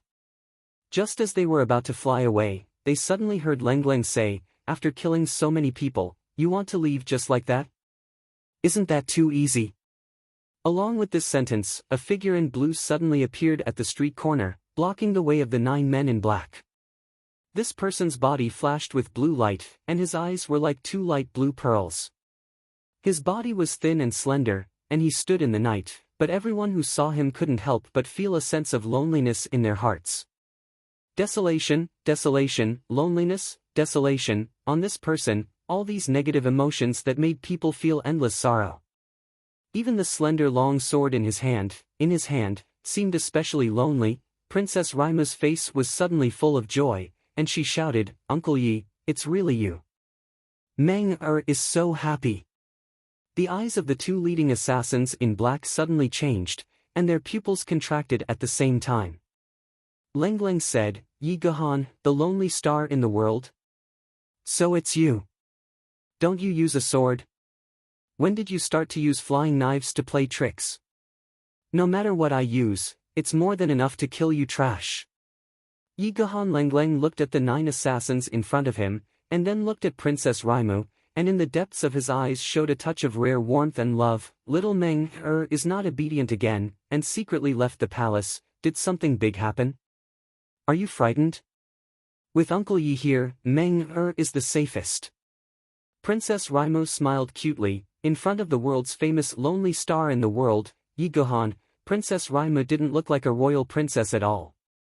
Instead, she looked like a little girl who saw her uncle, holding the corner of his clothes with incomparable dependence and admiration. Recommend a friend's book, The World of Rebirth, thanks to the Mountain and River chapter. Hehe, the teacher of one word. Milk has been changed, sweat. Chapter 61. Yi Gehan was a solitary expert, a Tian Xian master. Everyone knew that he never got close to anyone, was eccentric, cruel, and merciless. Once he took out his sword, no one would survive. But what people didn't know was that this eccentric swordsman used to be a handsome, elegant, and affectionate young man. No one knew that Yi Gehan and the current empress, Murong Xiu, used to be a pair of childhood sweethearts. But for some reason, Yi Gehan's family declined overnight and was removed from the capital. Yi Gehan also became a penniless nobody. The powerful Murong family naturally wouldn't let their daughter marry a poor person who was only a silver-level Xian Qi practitioner. The Murong family's obstruction finally separated the pair of lovers. Yi Gehan left sadly, and Murong Xiu was devastated. She tried to kill herself several times, but was saved every time. Until the news of Yi Gehan's death came, Murong Xiu was completely disheartened. Under the persuasion of her parents, she finally obeyed the family's arrangement and entered the palace to marry the current emperor. A few years later, she became the empress of the country. Yi Gahan was gone for 10 years. His swordsmanship was successful, and his qi cultivation had also reached the Tian Xian realm. He felt that he was enough to match Murong Xiu. When he returned excitedly, he didn't know that the world had changed and the beauty was gone. His former lover had become the empress, and Princess Raimu was already 7 years old. The two of them looked at each other with tears in their eyes. They both felt heartbroken. Once they entered the palace, it was as deep as the sea. From then on, Yi Lang was just a passerby. Heaven's will was unpredictable. Yesterday was now, and today was not. Fate played tricks on people. Yi Gahan was disheartened. His hair turned white overnight, and his temperament changed greatly. He became lonely, ruthless, and inhuman. However, towards his former lover's daughter, Princess Raimu, he treated her as his own and doted on her. Although he swore to never see Murong Xiu again, he often played with little Raimu. It was only when he was with Princess Raimu that Yi Gahan's ice-cold heart would melt. In fact, Yi Gahan had become the guardian of Princess Raimu. No matter who it was, even if the emperor wanted to punish Princess Raimu, Yi Gahan would dare to draw his sword. Princess Raimu was the only thing Yi Gahan could rely on in this world. She was also the cold-blooded and eccentric swordsman's biggest weakness. This matter was a secret of the royal family, and very few people knew about it. Therefore, the mastermind behind these assassins did not know. Otherwise, they would not have sent only 2 gold-leveled Xian Qi practitioners to assassinate her, and there might not even be this assassination. Even if they really wanted to assassinate her, they would need at least 2 Tian Xian experts. Yi Gahan was now sure that the mysterious expert hiding in the dark would not make a move. However, he would not let these assassins leave, so he showed himself. Anyone who wanted to hurt Princess Raimu, no matter who they were, would be killed without mercy in Yi Gahan's eyes. He slowly turned around and drew his sword. The slender body of the sword shook like a snake, and the blue sword light rippled. The tip of the sword was slowly raised, pointing at the 9 assassins. Yi Gahan's face was cold. Die! The 9 assassins were speechless. Previously, we kept asking Senior if he had any other instructions, just to test you. However, you did not say anything, and when we were about to leave, you came out to stop us. Isn't it obvious that you're playing with us?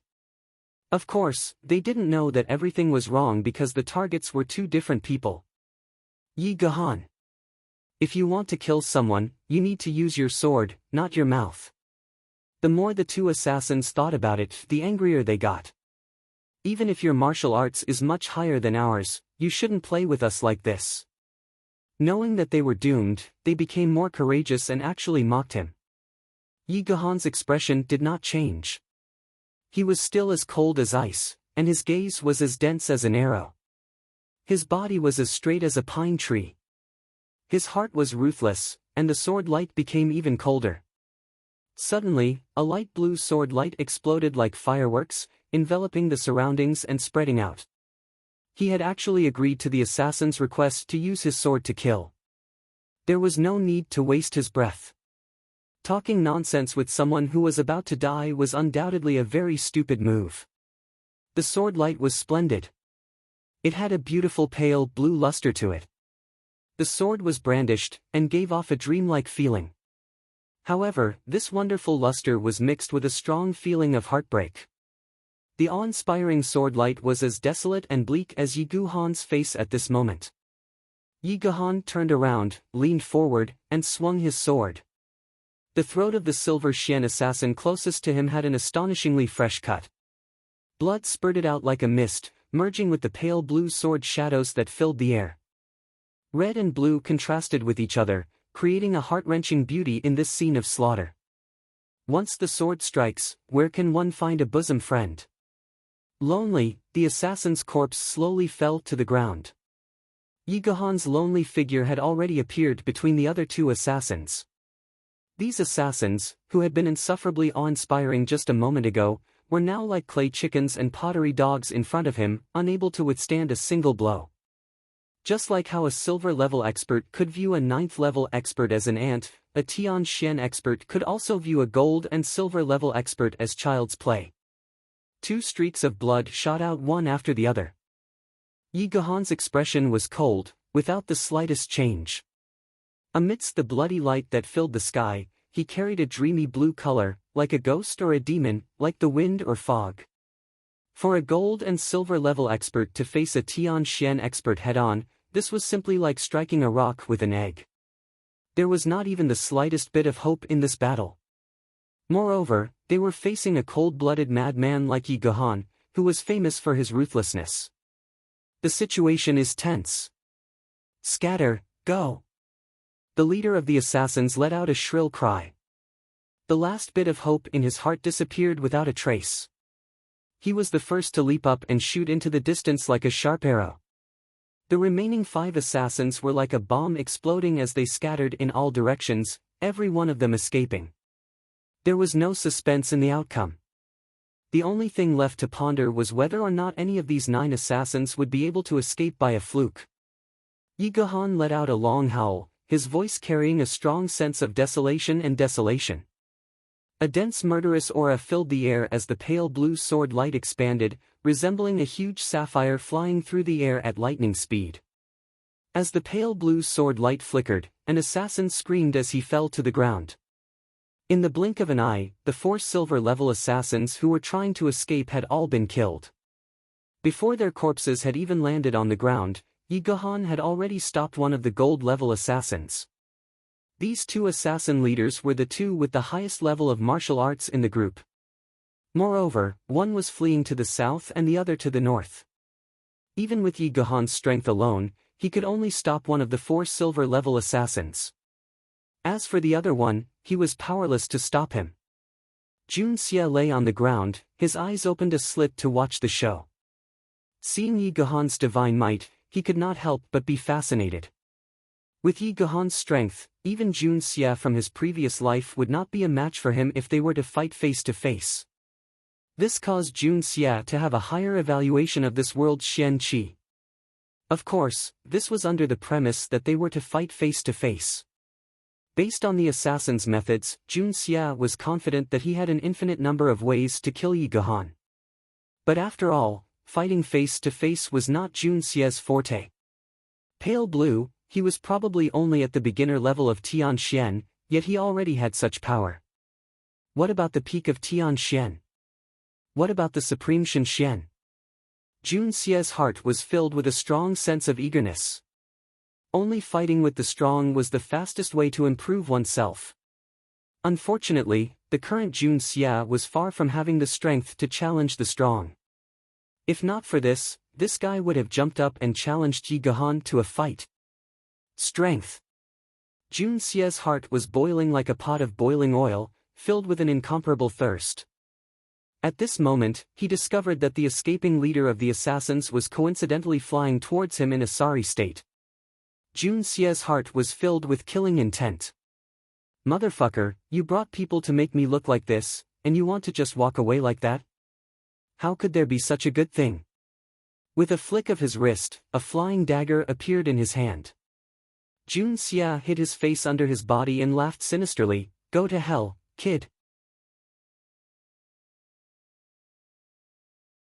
Chapter 62. Seeing that Yi Gehan did not have the energy to chase after him, the leader of the killers heaved a huge sigh of relief. As he ran, he looked around. Looking down, he saw Jun Moxie lying on the ground with his face facing the sky. His eyes seemed to be slightly open. The leader of the killers was stunned. Could it be that this brat was not dead yet? Looking back, Yi Gehan had already forced his companion into a dead end. From the looks of it, Yi Gehan wanted to capture him alive and did not have the time to care about him. The leader of the killers had a change of heart and could not help but become bold. Even if he could not kill Princess Raimu, if Jun Moxie were to die, the capital would be in chaos, right? Suddenly, he stopped moving and was about to land another blow on this brat's body. Just as he was thinking about this, he suddenly saw the brat's eyes blinking at him. He stuck out his tongue and made a face, cursing in a low voice, "Fuck your mother." His voice was extremely low, and the surrounding area was in chaos. The sound of the horses' hooves could be heard from afar, and the people closest to them were several zhang away. They couldn't hear anything, and no one would pay special attention to what was happening here. Everyone was focused on Yi Guhan's attack. Only the leader of the assassins was running away with all his strength, and he was relatively close, so he could hear everything clearly. He was so angry that his eyes turned blue. "I can't do anything to a strong person like Tian Xian, but can't I kill a brat like you? You dare to scold me?" With a loud boom, the long sword stabbed out fiercely. He cursed in his heart, "I'll kill you." At this moment, a blue color suddenly appeared in front of him, as if the blue sky and the sea had appeared in front of him. An azure flying knife, so mysterious and beautiful, appeared in front of him like a dream. Its target was his throat. Tian Xian. Ugh! The assassin leader was startled, his limbs turning icy cold. Under extreme fright, in addition to the fact that he was originally charging downwards, he lost his breath and instantly fell down. Before he landed, that azure flying dagger had already pierced into his throat, 3 inches deep. Pa-ta! The leader of the killers was still confused until his death. Why did the flying dagger appear here when Yi Guhan was clearly 300 feet away? What kind of logic was this? This question made the aggrieved gold-rank assassin widen his eyes in bewilderment even at death's door. He looked like he was eager to learn. Jun Xie's previous injuries were not light, and his movements were a little inflexible. Although the sword wound had been wrapped up, there was still the kick of a silver Xian expert. He could only stare blankly as the gold-rank assassin fell towards him with a face full of confusion. The worst thing was that even though this guy was dead, his long sword was still in his hand. Fucking unrepentant even in death. Jun Xie cursed in his heart. He desperately moved his body and leaped forward, narrowly avoiding a vital point. Pang! The corpse of the assassin leader accurately fell on top of Jun Xie's small body. With a cheat sound, the sword in his hand was still pierced into Jun Xie's thigh where there was the most meat.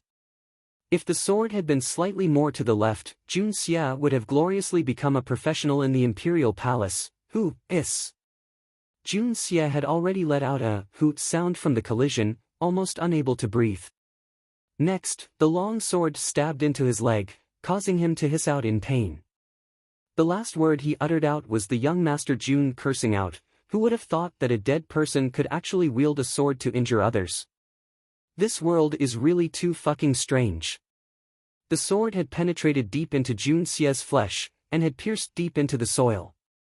Any movement would cause a bigger wound, and it might even cut his tendons. Under such circumstances, Jun Xie naturally could not move, and since the assassin leader was already dead, it was even more impossible for him to move. The two of them were stacked on top of each other like a human pyramid.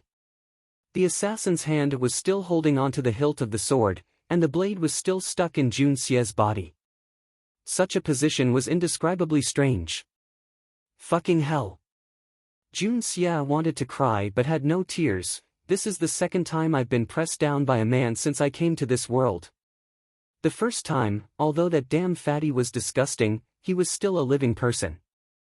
This time, he was pressed down by a dead man, and could not move, a living man, and a dead man. The two faces were stuck together, and the 4 eyes actually met.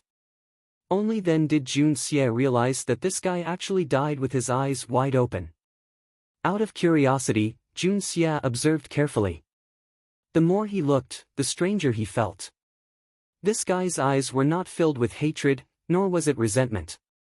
Instead, it seemed to be doubt and confusion. Fucking hell, can't you find the way to the Yellow Springs? Don't look at me like that, I don't know either. Jun Xie cursed angrily. If an ordinary person was pressed down by a dead man and stared at, even the most courageous person would be frightened out of his wits and tremble with fear. However, this freak Jun Xie actually dared to chat with a dead man. One could not help but say that he was powerful. With a clap, Yi Guhan knocked the sword out of the other assassin leader's hand. With a flash of light blue light, the sword was already on the assassin leader's neck. Who sent you? Speak. Yi Gahan was furious. If he did not uncover the mastermind behind the scenes, who knew if this kind of thing would happen again in the future? He could protect Raimo once or twice, but he might not be able to protect Raimo for the rest of his life. If there was a Tianxian expert in the next assassination, what would happen then? That assassin leader Leng Leng looked at Yi Gahan with despair in his eyes. Suddenly, he laughed out loud and said, Yi Gahan, do you think I will say it? Ha ha ha, what a joke. I never thought that the famous lone star in the horizon, the dignified Tianxian expert, would actually be so childish. As he spoke, black blood suddenly flowed out from the corner of his mouth. His breathing stopped, and he looked at Yi Gahan with a mocking look in his eyes. At the moment he was captured, he had actually bitten open the poison sac in his mouth. Sealing the throat upon contact, what a poisonous poison. Yi Gahan stomped his feet and let out a long sigh. His eyes revealed a trace of admiration as he murmured, at least you are a man. I won't make things difficult for your corpse. The assassins who came to attack this time were all dead, and the scene instantly became quiet. Although the volume of Yi Gahan's words seemed to be very low, it was clearly transmitted to Jun Xie's ears. At this moment, Jun Xie suddenly had an urge to laugh out loud. What a shameful statement. How could such an act be called a man? Then the good men in this world are really worthless. If he didn't commit suicide, would you let him go? Even if you let him go because he was a good man, would the assassin organization behind him let him go? Would the mastermind let him go? I've seen stupid people, but I've never seen such a stupid person. You are a Tianxian expert. Idiot Tianxian expert. Jun Xie couldn't help but feel contempt in his heart. This kind of person, if you want to capture him alive, then the first thing you should do is knock out all his teeth while he still has the ability to move. That was the bare minimum. As for sealing his acupoints, cutting off his breathing, and so on, I shouldn't be the one to explain it, right? Nuba.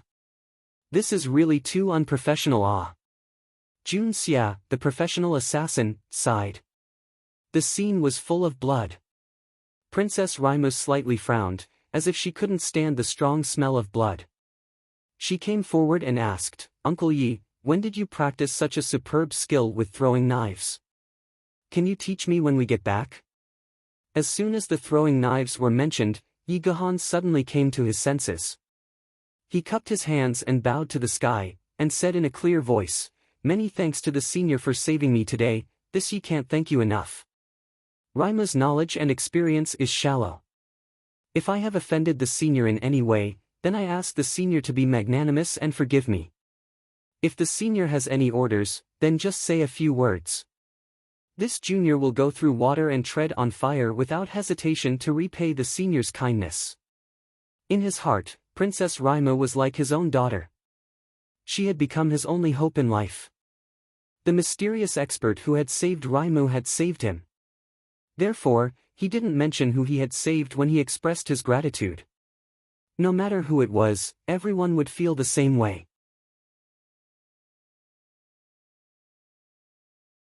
Chapter 63. Moreover, Raimo's strength was too weak to distinguish the profound realm above Tianxian. What she said just now had actually offended the mysterious master. Even if the mysterious master was open-minded and didn't care about it, it was still not a good thing.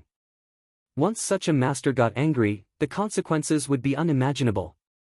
Yi Gahan understood the importance of this matter, so he naturally wanted to remedy it for Raimo. Of course, with Yi Gahan's temper, if it wasn't for Raimo, he would never say these words even if he was grateful. The sky was silent, as if the mysterious, supreme Shenxian peak master had already left. Yi Gahan let out a long sigh. He had already expected this result. How could such an otherworldly master lower himself to accept the gratitude of a junior, a mere princess of a country? Uncle Yi. What?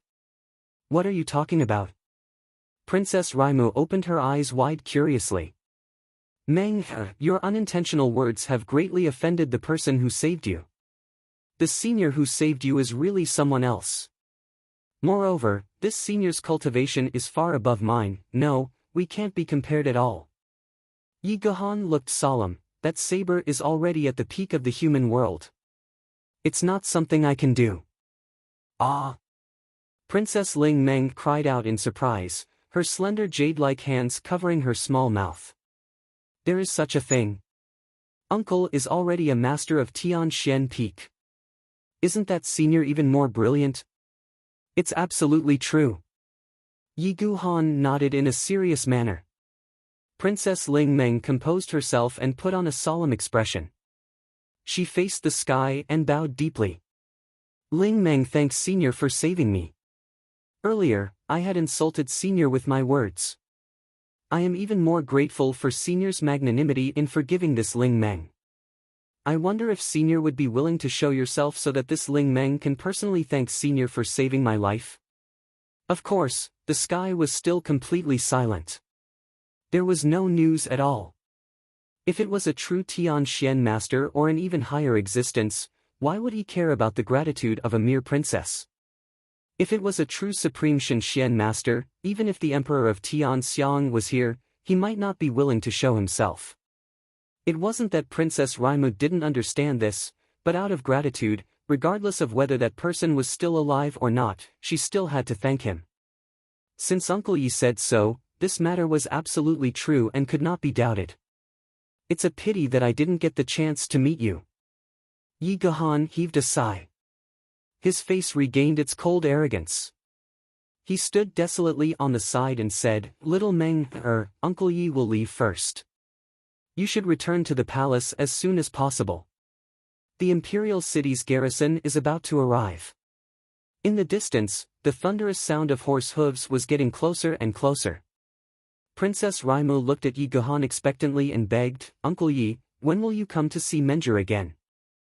Silly Meng, Uncle Yi will always be by your side. Yi Guhan deeply sighed in his heart and softly said, I will come to see little Meng, An assassin escaped before, so there might be some trouble in the future. So, little Meng, must be careful in the near future. Princess Raimu softly uttered an N sound. Her expression showed that she was very reluctant to part with him. The sound of horse hooves had already reached the end of the street. Yi Guhan's body rose up, and he rushed out. But, he suddenly exclaimed in midair, and changed his direction.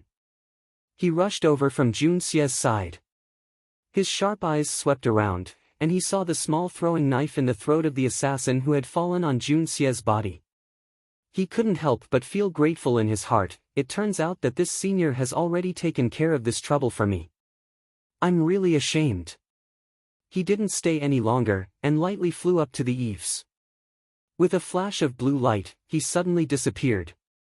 At the end of the street, a strong horse galloped in, and a young officer in blue rushed over with an anxious face.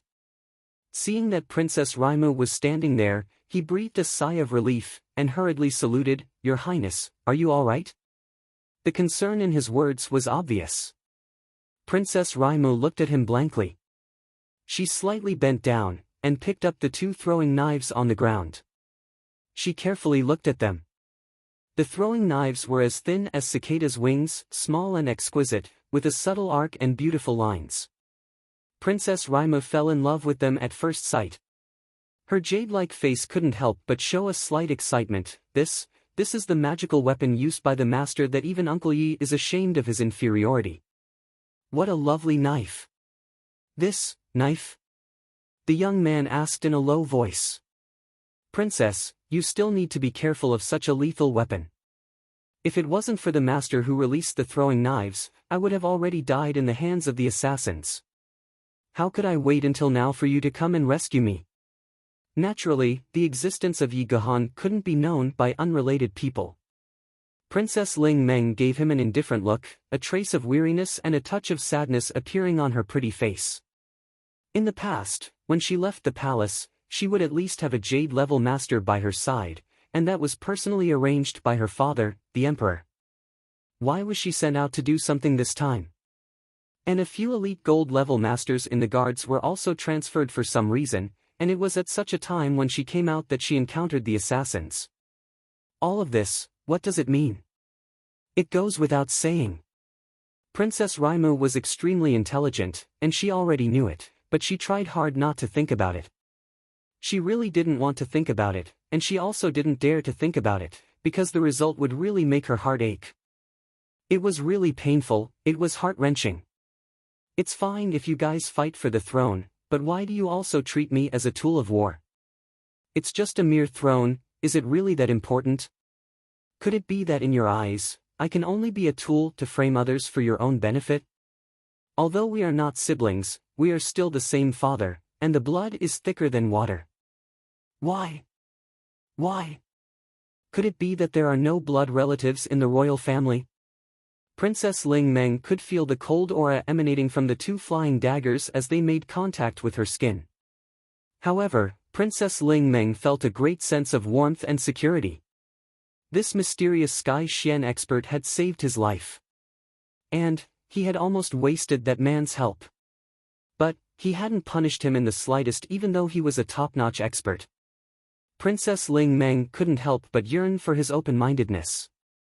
Although Yi Guhan knew that the strength of this mysterious person was far beyond Tian Xian's cultivation, Raimu still didn't know. She only saw the elegant light that was as blue as the sea and sky. Invisibly, he saved people's lives, came floating, and left floating. Before and after, there was no trace to be found, and he didn't care about other people's repayment. He didn't even care about the ignorance of the people who were saved. What a broad-mindedness! This was a true expert and refined scholar. The heartbroken Princess Raimu developed a strong dependence on this mysterious Tian Xian master at the most frustrating moment. In her heart, she suddenly felt that this mysterious person, like Uncle Yi, was also worthy of her trust. With the throwing knives in her arms, Princess Raimu suddenly felt full of courage. Yes, no matter who it was, with the protection of such a top master of Tian Xian level and the lonely star Yi Guhan, she could sleep at ease. When she came back to her senses, she found that the young man was still looking at her blankly. A trace of anger flashed on Princess Raimu's face. She angrily glared at him, feeling extremely vexed. This person was the eldest son of the Murong family in the city, Murong Chenjun. He was also the rising star of the Murong family, the mother of her mother. In terms of kinship, he could be considered as Princess Raimu's cousin. He was also a very famous young talent in the city. Ever since he met Princess Raimu, he was immediately infatuated with her. He begged his family to get him a position as the leader of the Imperial Guards, hoping that he would be able to enjoy the moonlight first.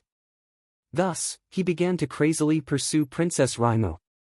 Ever since Jun Moxie quietly withdrew in the past 2 months, Murong Qianjun was one of the 2 most promising suitors of Princess Raimu. As for the other one, it was the eldest grandson of the imperial tutor, Li Yuran. Last night's strong wind blew and cut the optical fiber. We can't get online in this area. We are now in an internet cafe in the city, so the update is late. Brothers and sisters, please don't take offense.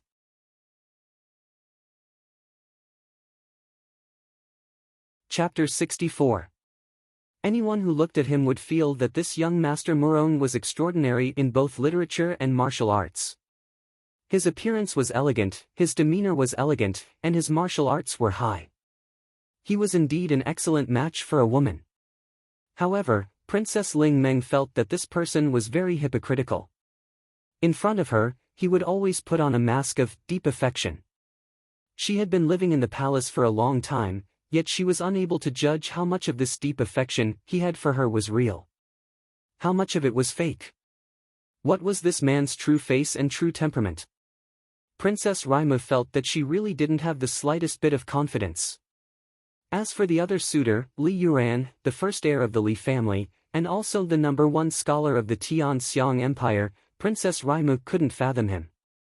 Li Yuran's character was elegant, and he had a natural and unrestrained temperament. Countless young ladies in the capital were infatuated with him. However, he had walked among thousands of flowers, and not a single leaf had landed on his body. He had the reputation of being the most refined gentleman in the Tian Xiang Empire. Li Yuran was always cultured and refined. He was neither hurried nor slow, neither hurried nor slow. It was as if everything in the world was within his expectations and under his control. He was good at using money and power, and had an elegant demeanor. However, Princess Raimu always felt that there couldn't be such a perfect person in this world. If this person's external appearance was all a disguise, then wouldn't he be even more frightening? Wouldn't he be even more unfathomable? Because no one would be able to understand his true thoughts. When she was with Li Yuran, Princess Raimu often felt an inexplicable fear in her heart. She felt that this gentle young man in front of her was extremely dangerous. In contrast, the original Jun Moxie, although he had a slippery appearance, and didn't conceal his intentions in the slightest. He was obviously a hooligan, and I'm not afraid that you can see through me. Although his character was indeed a bit unbearable, but he was also bad in the open. Even if he was a bad guy, he was open and above board. At least there was no need to worry about him secretly playing dirty tricks. When he thought of Jun Moxie, he suddenly remembered that this hedonistic playboy was here just a moment ago. He seemed to have reminded him. Whether it was intentional or not, it was still out of kindness. However, the assassin seemed to have killed him as soon as he appeared. Thinking of this, he hastily said, "You guys quickly look for the third young Master Jun. See how he is." His heart could not help but feel anxious. Although he was lucky enough to be saved, Jun Moxie might have already been killed. If Grandpa Jun were to fly into a rage because of this, the consequences would be no better than if he were to be killed by an assassin. It seems that the capital is going to be troubled again. She hoped that her three brothers would not take advantage of the old Duke Jun's display of power and cause chaos in the world. Although she didn't see it clearly, in Princess Raimu's heart, Jun Moxie was most likely hopeless. After all, two of the assassins had come from his side, and at that time, he had already fallen to the ground. If he wasn't dead, how could the assassins have let him go? Several Imperial bodyguards looked all over the place. After searching for a while, they found that Jun Moxie's body was buried under the assassin's corpse. There was no gap between the two bodies. A burly Imperial bodyguard ran over and reported, "Princess, we didn't find the third young Master Jun's corpse. We don't know if he stood up and ran away." Hearing his words, Princess Ling Meng's vision turned black and she almost vomited blood. "What are you talking about? If we didn't find the corpse, could he have stood up and ran away? Can a corpse stand up and run away?" Morong Chenjuan's face sank. "What are you saying?" The Imperial bodyguard panicked and stammered, I mean, we really didn't find the third young Master Jun's corpse. He might have left." No. I mean. Enough. You don't have to say any more." Morong Chenjuan's face turned black. "If we didn't see the corpse, we can't say that he is dead. We can't say that it's a corpse. We should say that the third young Master Jun's corpse has disappeared. Do you understand?" The Imperial bodyguards nodded and cursed in their hearts. "Didn't you say that he was dead? You still have the face to lecture us. I despise you." Princess Raimu felt helpless and said, "Search around carefully. If you find the third young Master Jun's body, send it back to the Jun family as soon as possible." Influenced by them, Princess Raimu almost blurted out the word corpse. After searching around again, they still didn't find anything. Princess Raimu then arranged for an Imperial bodyguard to rush to the Jun family to report the news. That Imperial bodyguard had just mounted his horse and left when he saw a grey silhouette coming towards them. In the blink of an eye, he arrived before them. It was a skinny and withered old man. Morong Chenjun drew his sword. "Who are you?" His voice was stern. "I'm looking for someone." That old man's face was full of anxiety and depression. He was frantically searching everywhere. His face was full of anxiousness and he turned a deaf ear to Morong Chenjuan's question. Morong Chenjun was furious and shouted, "Arrest him." The princess had just been attacked by an assassin. Now, such a strange person had appeared. This was very suspicious. The soldiers around him complied and were about to step forward. However, that old man shouted excitedly, "I found you." "Huh. I'll let you run." "Damn it, you little bastard. You've been pierced by a sword, haven't you? Let's see if you can run again next time." Unexpectedly, he had a tone of schadenfreude. He was lying in front of the corpse of a black-clothed assassin and was drawing his sword. "So, he's with the assassins. Arrest him." Morong Qianjun was overjoyed. He thought to himself, there's still such an idiot in this world. His men are all dead, yet he's still looking for corpses while surrounded by an army. What an idiot. However, that old man threw out a long sword with a schwat sound. Then, he picked up the black-clothed assassin's corpse and casually tossed it aside. It was as if he was throwing a sack. He bent down and picked up a blood-stained body.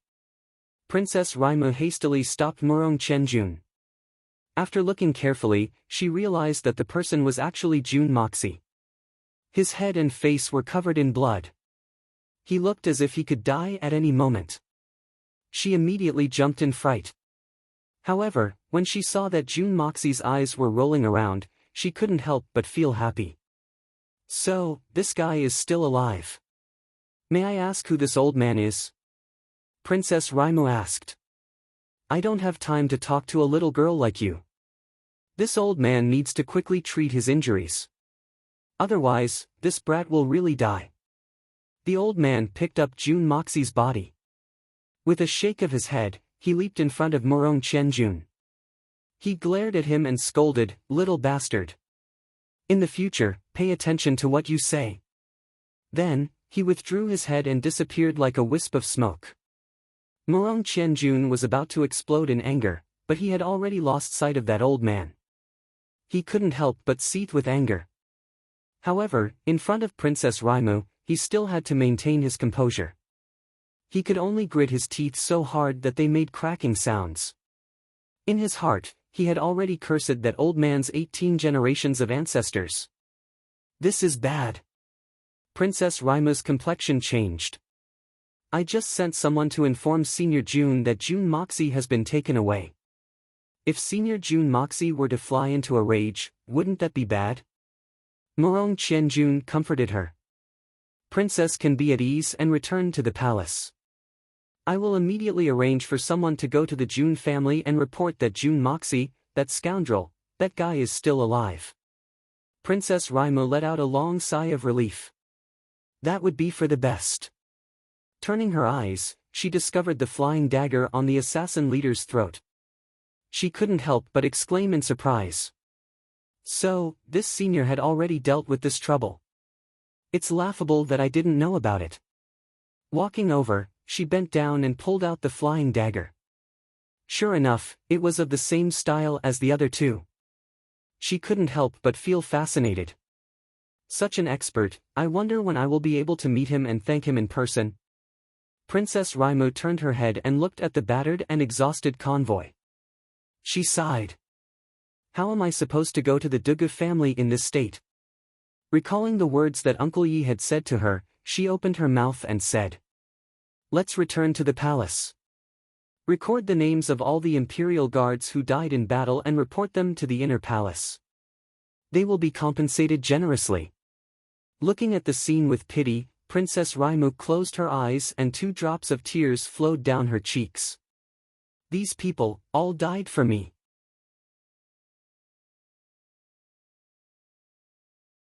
Chapter 65. Since the carriage had been completely destroyed, Princess Ling Meng naturally could not be bothered to talk about it. She leapt onto a horse brought over by her bodyguard and slowly returned home. However, her mood was exceptionally heavy. Morong Qianjun hastily commanded the imperial guards to catch up with Princess Ling Meng, protecting her in the middle.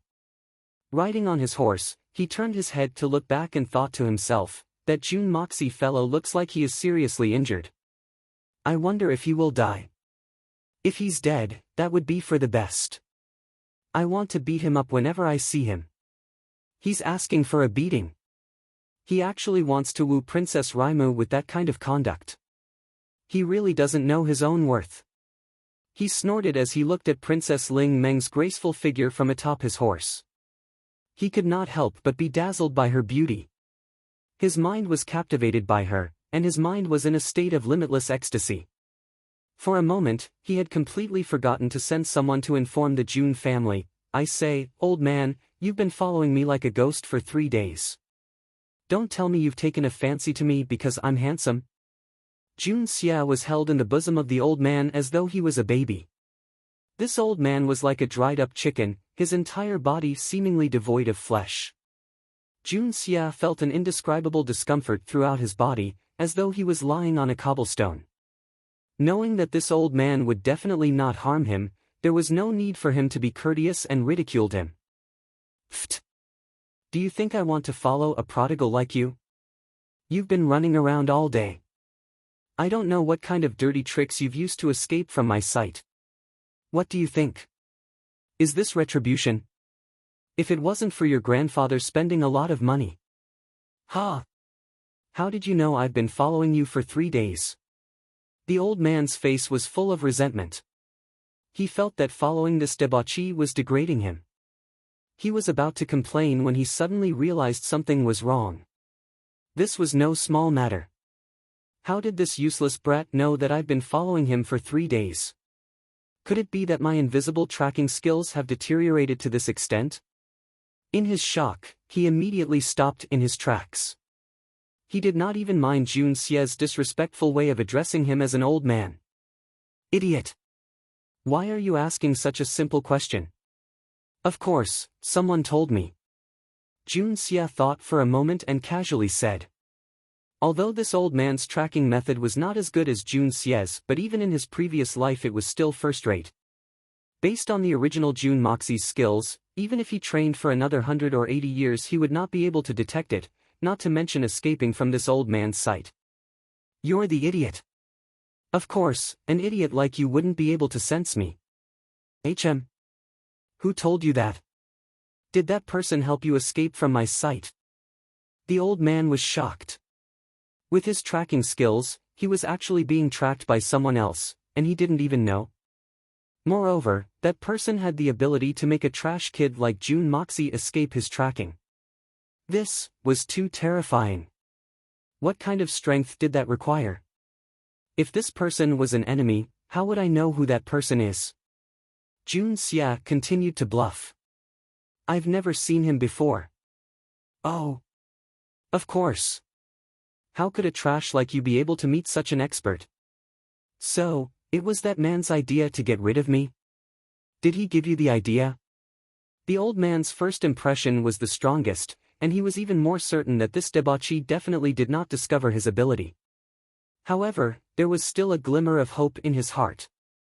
After all, he was extremely confident in his tracking and anti-tracking skills. He was bewildered. Could it be that the Supreme Shen had his eyes on me? No, could it be? The more he thought about it, the more he panicked. In fact, this old man's methods were indeed impressive. Otherwise, with the abilities of the King of Assassins, Jun Xia, how could he have spent 3 days dealing with him? Of course. "I say, old man, are you done yet? Why are you always talking about these things? Where are you going to take me? Hurry up and send me home."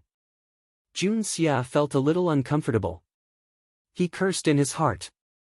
"Hurry up and send me home. I need to use the Hongjun Pagoda to heal my injuries. What if I get exposed somewhere else? T. You're injured to this extent. If I don't treat you now, you'll be dead before we get home." The old man was a little unhappy. "With my skills, I was actually tracked. Motherfucker. If I go straight back to the Jun family, your old man will complain and be depressed to death. If I don't take care of this kid, how can I go back at such a shameful time?" As they were talking, the two of them arrived at a small house. The old man crouched down and carried Jun Xia into the house.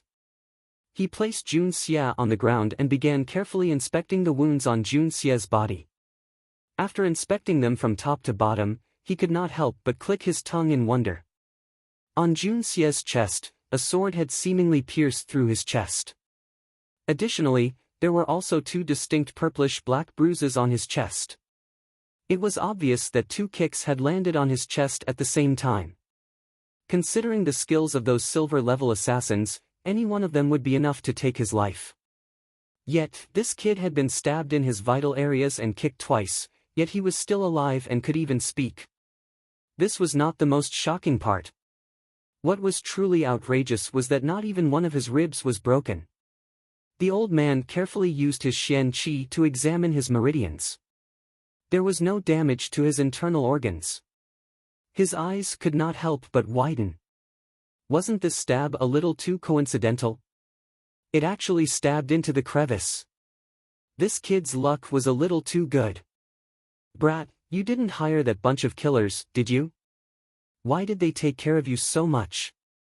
Looking at your injuries, I highly suspect that you two must have colluded. You want to play the hero and save the damsel in distress? The old man stroked his beard and squinted his eyes. His appearance was as wretched as one could imagine. Almost choking on the old man's sudden words, Jun Xia did not know whether to laugh or cry. Old man, you really dare to think too much. This young master almost lost his life. Is there such a thing as a hero saving the damsel in distress? What are you waiting for? Hurry up and help me with my thigh. Can't you see that it's still bleeding? Jun Xia was somewhat speechless. This old man is already so old, why does he seem to have no sense of propriety when doing things? Is there anything wrong with this? Why did his grandfather hire such a person to follow him? Bah, bastard kid. Do I need you to teach me how to do things? The old man blew his beard. Kid, you're lucky. You won't die. You won't be crippled either. As he said that, he patted his thigh in revenge. It's fine now. Jun Xia's thigh had just been stabbed by a sword. Although the bone was not injured, the muscle was pierced through. It was a real knife with two holes. Now that he was patted by the old man, he immediately felt 100 sorrows and pain. He gritted his teeth and took a few breaths. Beads of sweat had already seeped out of his forehead. He hissed and asked through his teeth, "Old man, do you have a granddaughter?"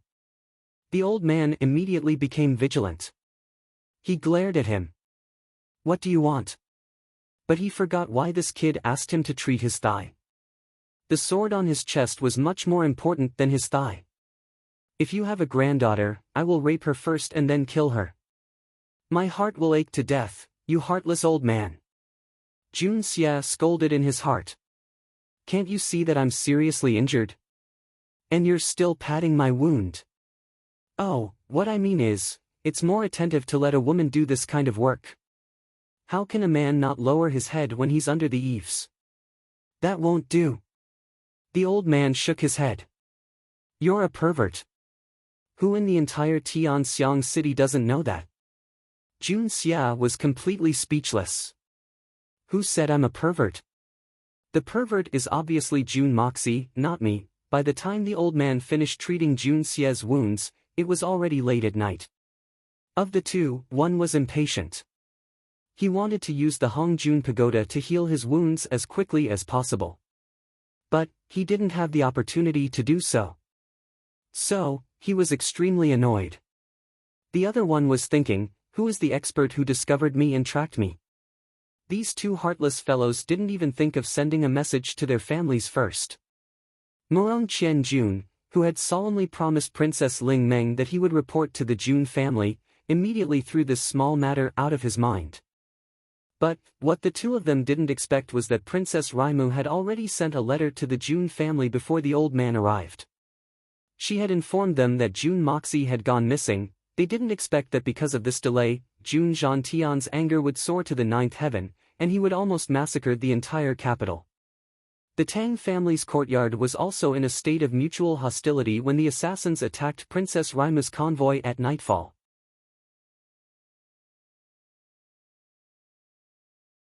Chapter 66.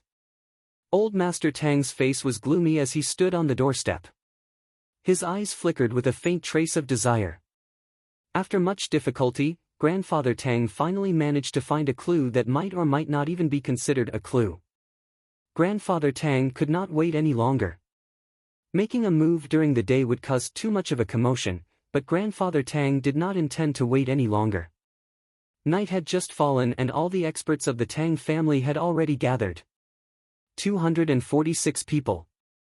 2 mid-level Earth Xian level experts, 4 Jade-leveled Xian level experts, 12 Gold-leveled Xian level experts, 36 Silver-leveled Xian level experts. The rest were all experts at the peak of 9th level Xian Qi. For this operation, Old Master Tang Wanli had gathered all the experts of the Tang family inside and outside the capital. In less than an afternoon, this was the strongest force that Old Master Tang could muster. It was also the foundation of the Tang family. There was absolutely no room for failure in this operation. Today's operation, our target is the Northern City clan. Tang Wanli looked around with a gloomy expression. Attention! All members of the Northern City clan, you must. Do not let a single one of them escape.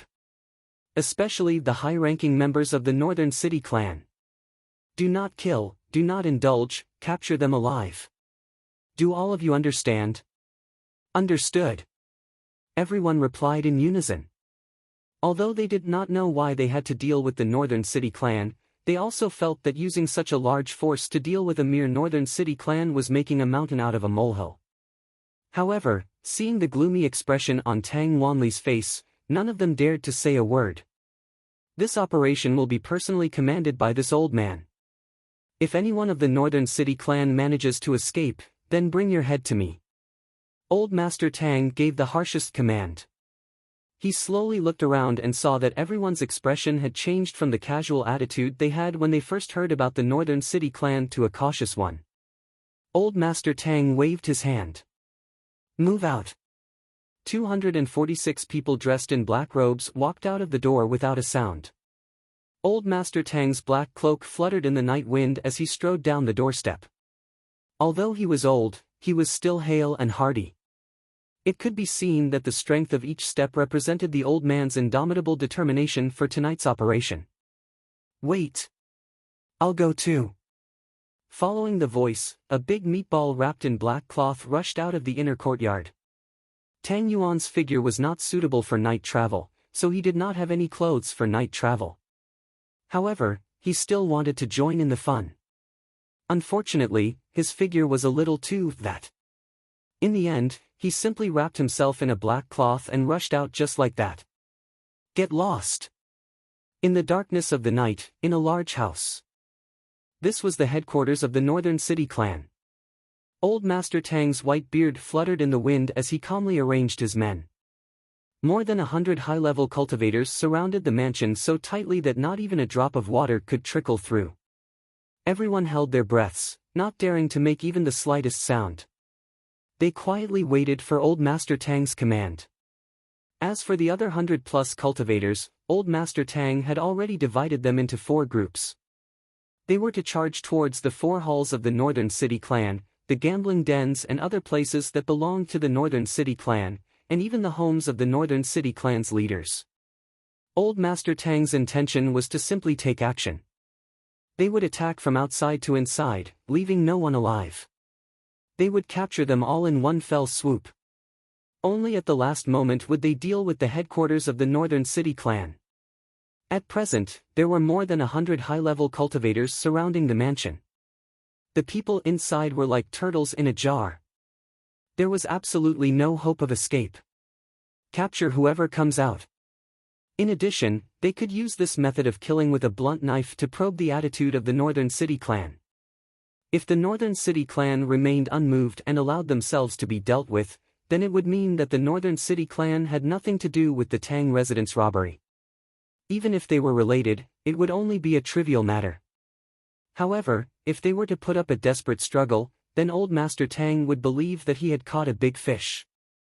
Even now, Old Master Tang was still skeptical about the information provided by Tang Yuan. In fact, he was very skeptical about it. The young debauchee Jun Moxie had discovered a clue, and the young debauchee Tang had returned to report it.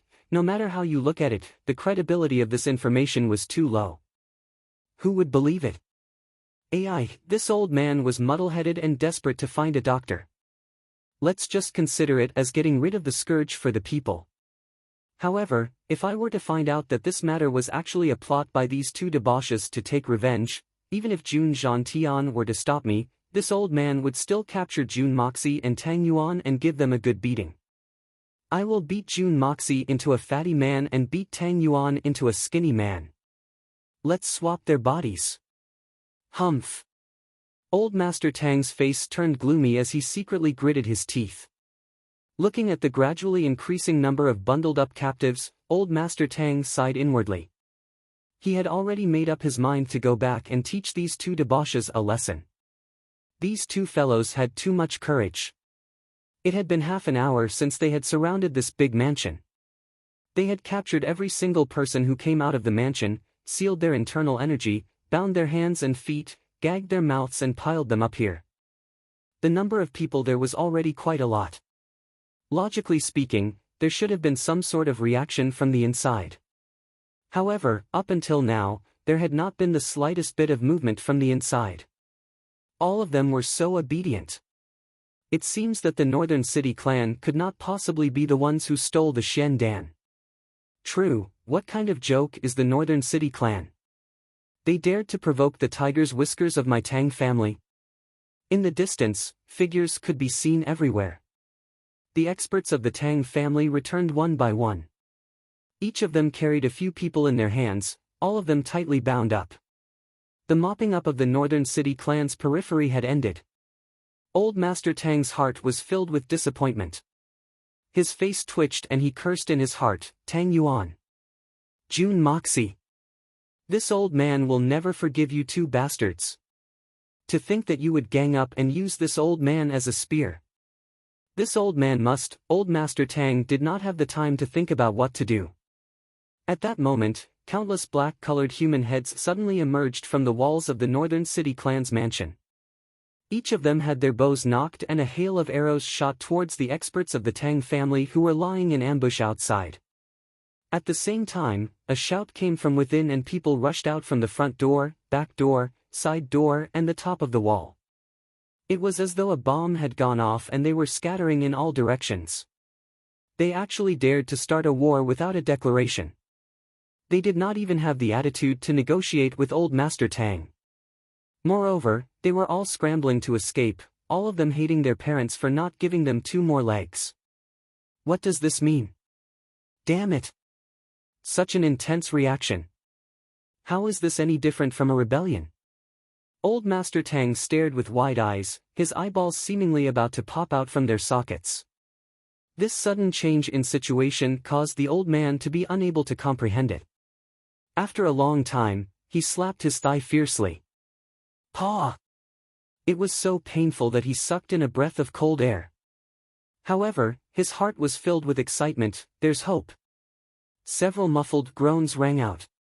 The experts of the Tang family were all experts with different levels of skill. Moreover, the situation was too abrupt. In an instant, several of them were hit by arrows and sustained serious injuries. As for the rest of the men, they charged towards the Northern City clan members. The sounds of swords clashing against each other rang out in rapid succession. In an instant, the two sides were locked in a fierce battle. Purple, black, silver and gold flashed out at the same time. The entire area appeared incomparably dazzling. From the moment the Northern City clan members fired their arrows to the moment they charged out to fight, it was a long story. However, the time interval between them was very short. It was as though everything had happened at the same time.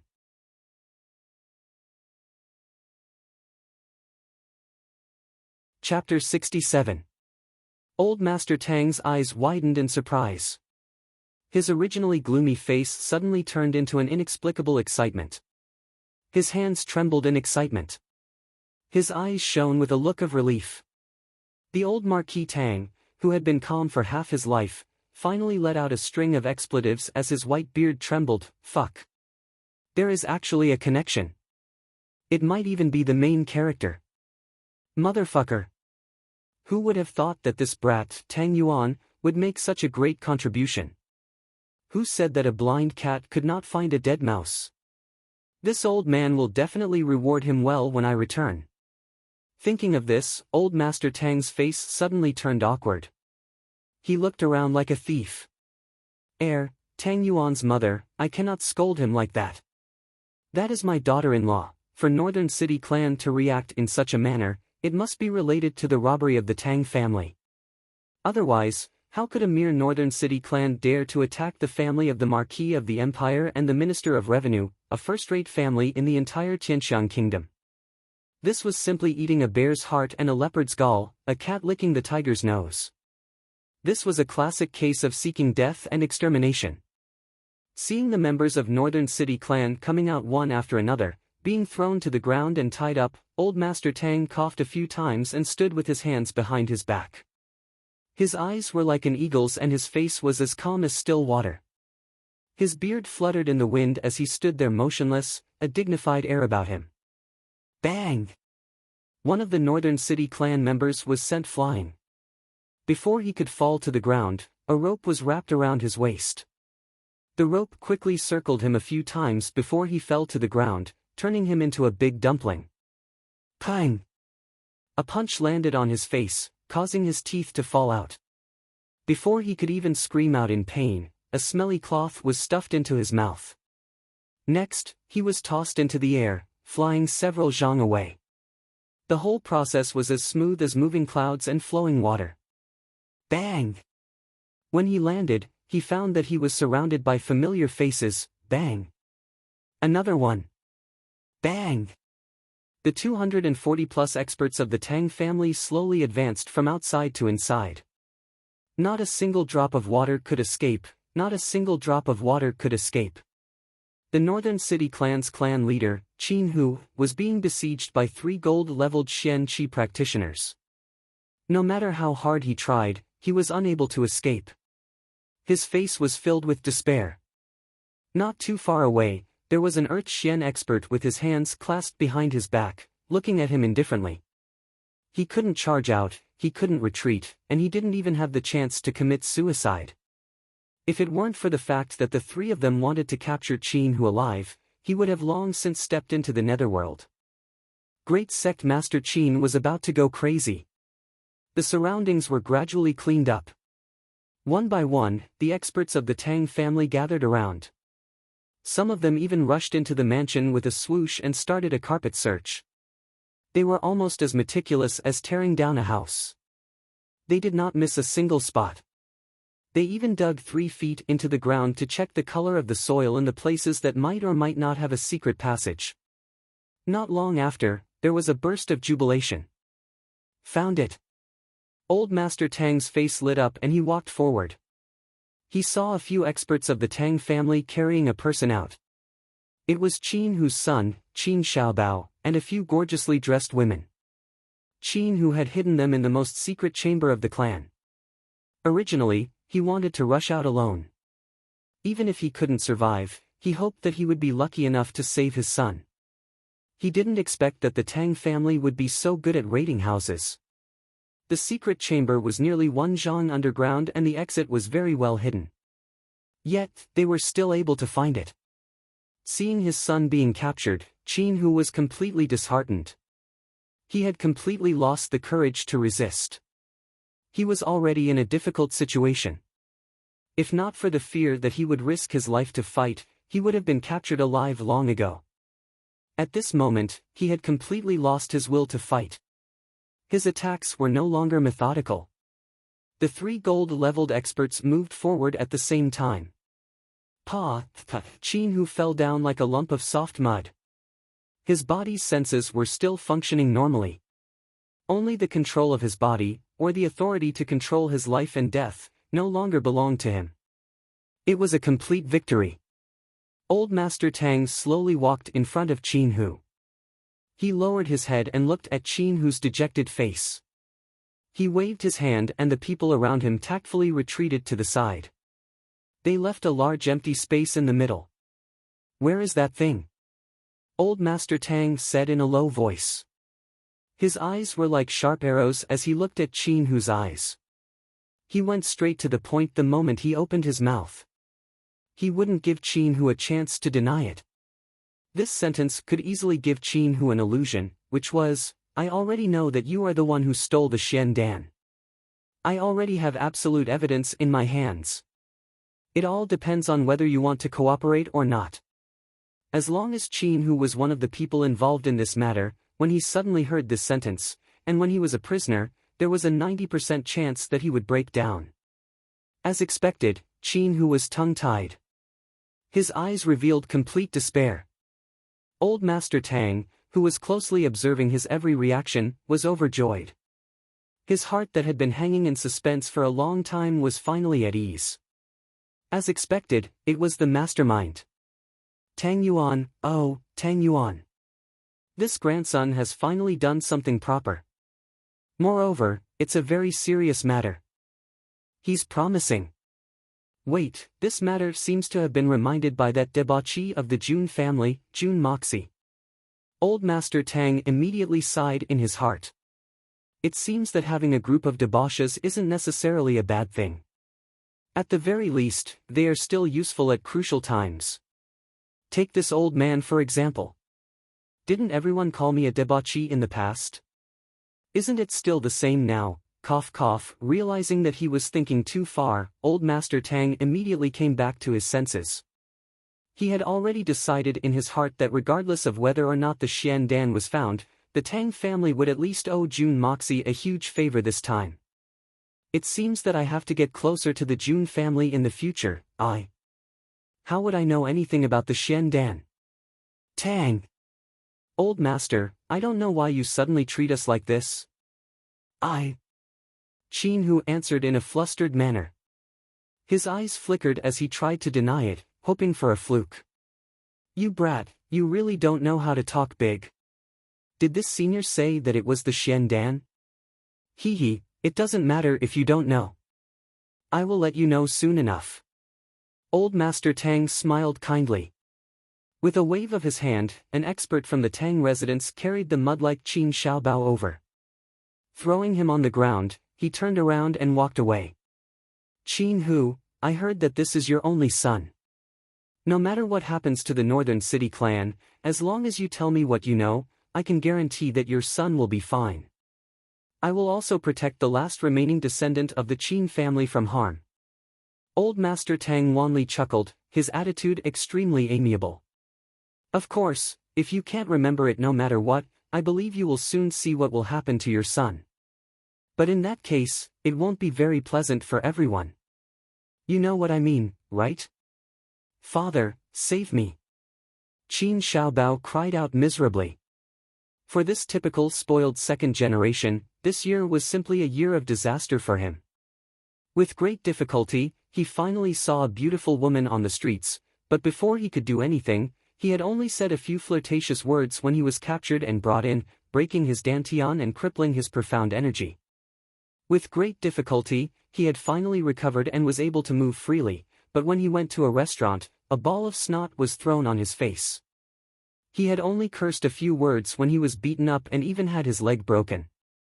He had just returned home crying for his father and mother and was currently recuperating when such a thing happened. With his broken leg, he was carried out and thrown on the ground. He was scared, flustered and in pain. Old Master Tang slowly reached out with his hand. His dry palm gently patted Qin Xiaobao's neck, as if he was comforting a frightened puppy. However, no one would doubt that if Qin Hu's answer made Old Master Tang even the slightest bit dissatisfied, that dry palm would immediately turn into the token of the King of Hell's soul-chasing token. Qin Hu sighed dejectedly, hung his head, and said, "You win." Old Master Tang smiled proudly. Qin Hu, as expected of a clan leader. You know how to judge the situation. Not bad. The sharp sarcasm entered Qin Hu's ears, causing his face to turn red. This extreme humiliation caused his face to turn incomparably ugly to behold. He stammered a few times before saying with much difficulty, I believe old Marquis also understands that I was instructed to do so. Otherwise, even if I had the courage to do so, how would I dare to steal something from Tang Manor? Isn't that courting death? Even if I had the heart, I do not have the ability to do so. However, as the saying goes, a knife is placed on our necks. We have no other choice. Continue. Old Master Tang's eyes flashed.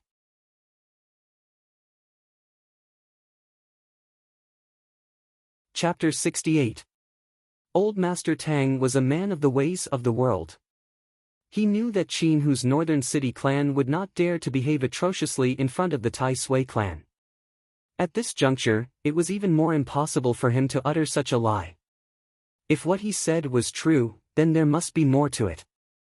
Seeing that Old Master Tang seemed to believe his words, Qin Hu could not help but feel hopeful. Even if he was unable to escape, at least his son would still have a chance to live. He quickly continued. I do not know the background of the person who ordered me to do this. I only know that this person has eyes and ears everywhere. Even the layout of the old Marquis's residence, the location of the hidden treasures, and even the timing of the attack were all planned by that person. I believe that he should be from the capital. As Qin Hu spoke up to this point, his eyes suddenly bulged out in anger. His eyes were filled with fear and he shouted in panic. Old Marquis, save me!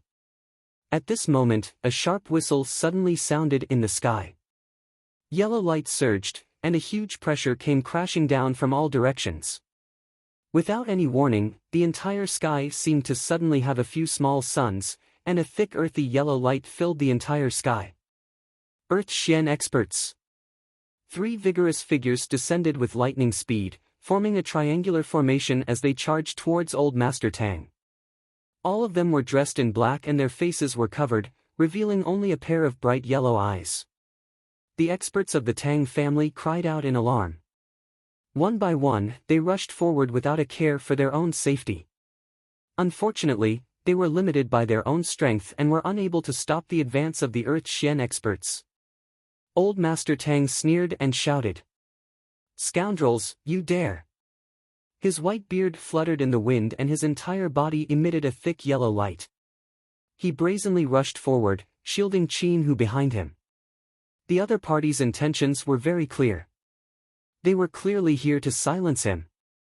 However, Qin Hu was Old Master Tang's only lead to retrieve the Xian Dan. How could he let them succeed? No matter what, he must stop them. He must not let them harm Qin Hu's life. As long as Qin Hu was here, there would be a chance to find the mastermind. Find the mastermind and retrieve the Xian Dan. Only by retrieving the Xian Dan could the Tang family build a foundation that would last for 100 years. Old Master Tang's eyes turned red. Boom boom boom. Tang Wanli moved back and forth. With his own strength, he forcefully blocked 3 experts of the same level as him. His movements were bold and unrestrained, and he attacked without defending. He was like a mad tiger. It was naturally not a big problem for these people to kill a mere Qin Hu. However, if they were to kill Old Master Tang here, then they would be going against the entire Tianxiang Empire. This was not a consequence that just anyone could bear. Therefore, Old Master Tang was fearless. In a short period of time, he had single-handedly held up 3 Earth Xian experts of the same level. The 4 of them formed a circle and started to fight. The entire place was filled with shadows of people and dust was rising everywhere. The other 2 Earth Xian experts of the Tang family were afraid that their master would be killed. So, they quickly joined in the fight. These 6 experts were fighting in pairs and no one below the Earth Xian level could get involved. Take Qin Hu away first. Old Master Tang shouted. It was at this moment that a faint blue light flashed gracefully. A masked man in white suddenly appeared. He floated over like the floating clouds and flowing water. In the darkness of the night, his white robes were particularly conspicuous. His movements were confident, as though he was taking a stroll in the park. However, his speed was extremely fast. Along the way, the blue light flashed a few times and 4 miserable screams rang out simultaneously. The heads of the 4 hall leaders of the Northern City clan burst open and their corpses slowly fell to the ground. Tian Xian beginner level. Tian Xian expert. 200 experts of the Tang family swarmed forward and formed a heavy defensive line. However, that man completely ignored them. It was as though he was walking into an uninhabited land. His body floated up and flew 30 feet forward. A blue light flashed and Qin Xiaobao, who was lying on the ground, could only let out a muffled groan. His chest and abdomen had already been smashed into pieces. Old Master Tang Wanli let out a roar and turned around to face the man in white. The man in white's eyes flashed with disdain. A blue light flashed and a pair of palms collided with Old Master Tang's. Old Master Tang let out a muffled groan and his white beard trembled as he retreated a few steps. The man in white spun and floated away. Along the way, the experts of the Tang family were all blocked by his tyrannical Xian Qi. Without turning his head, he sent out a palm strike. Behind him was already Qin Hu. Qin Hu's eyes widened and he spat out a mouthful of blood. He screamed. So, ruthless. Old Marquis Tang, he is that. As he said that, he suddenly let out a miserable cry. His entire body fell to the ground. Not a single bone in his body was left intact. He. The man in white laughed softly and shouted. Let's go. With a flash of blue light, he took the lead and rushed out. Several banging sounds could be heard as the people of the Tang family staggered backwards. In a flash, they had already reached the wall. With a flash of yellow and blue light, 4 people leapt onto the high wall. The 3 Earth-level Xian Qi experts leapt off the wall and disappeared. The man in white remained standing on top of the wall, his white robes fluttering in the wind. He cupped his hands and said in an elegant voice. Old Marquis Tang, I have no choice but to offend you today. The mountains are high and the rivers are long, we shall meet again in the future. With a long laugh, he leapt up and with a flash of blue light, the sky returned to darkness. Grandfather Tang clutched at his chest and let out a few muffled coughs. He could sense that this man in white was truly powerful.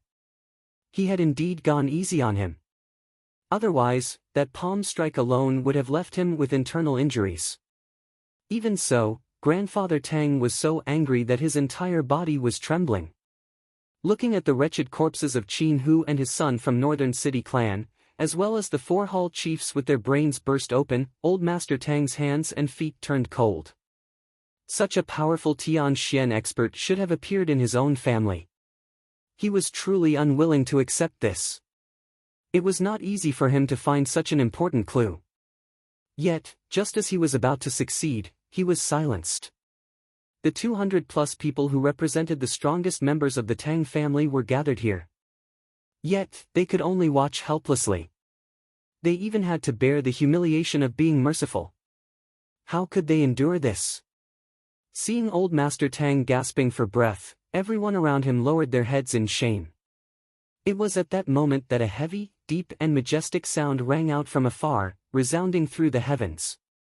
It was like a tidal wave rolling in from the horizon. Yet, it was also like muffled thunder in the sky. The sound was slow yet endless.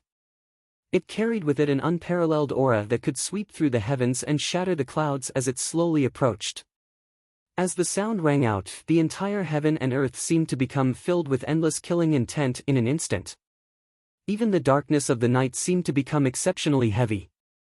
The sudden sound did not slow down because of the passage of time. Instead, it grew louder and louder. In the end, it rang out from all directions of Tianxiang City. Following the initial dull rhythm, it slowly caught up to the rhythm. Then, it converged into a huge torrent that resounded throughout the entire heaven and earth.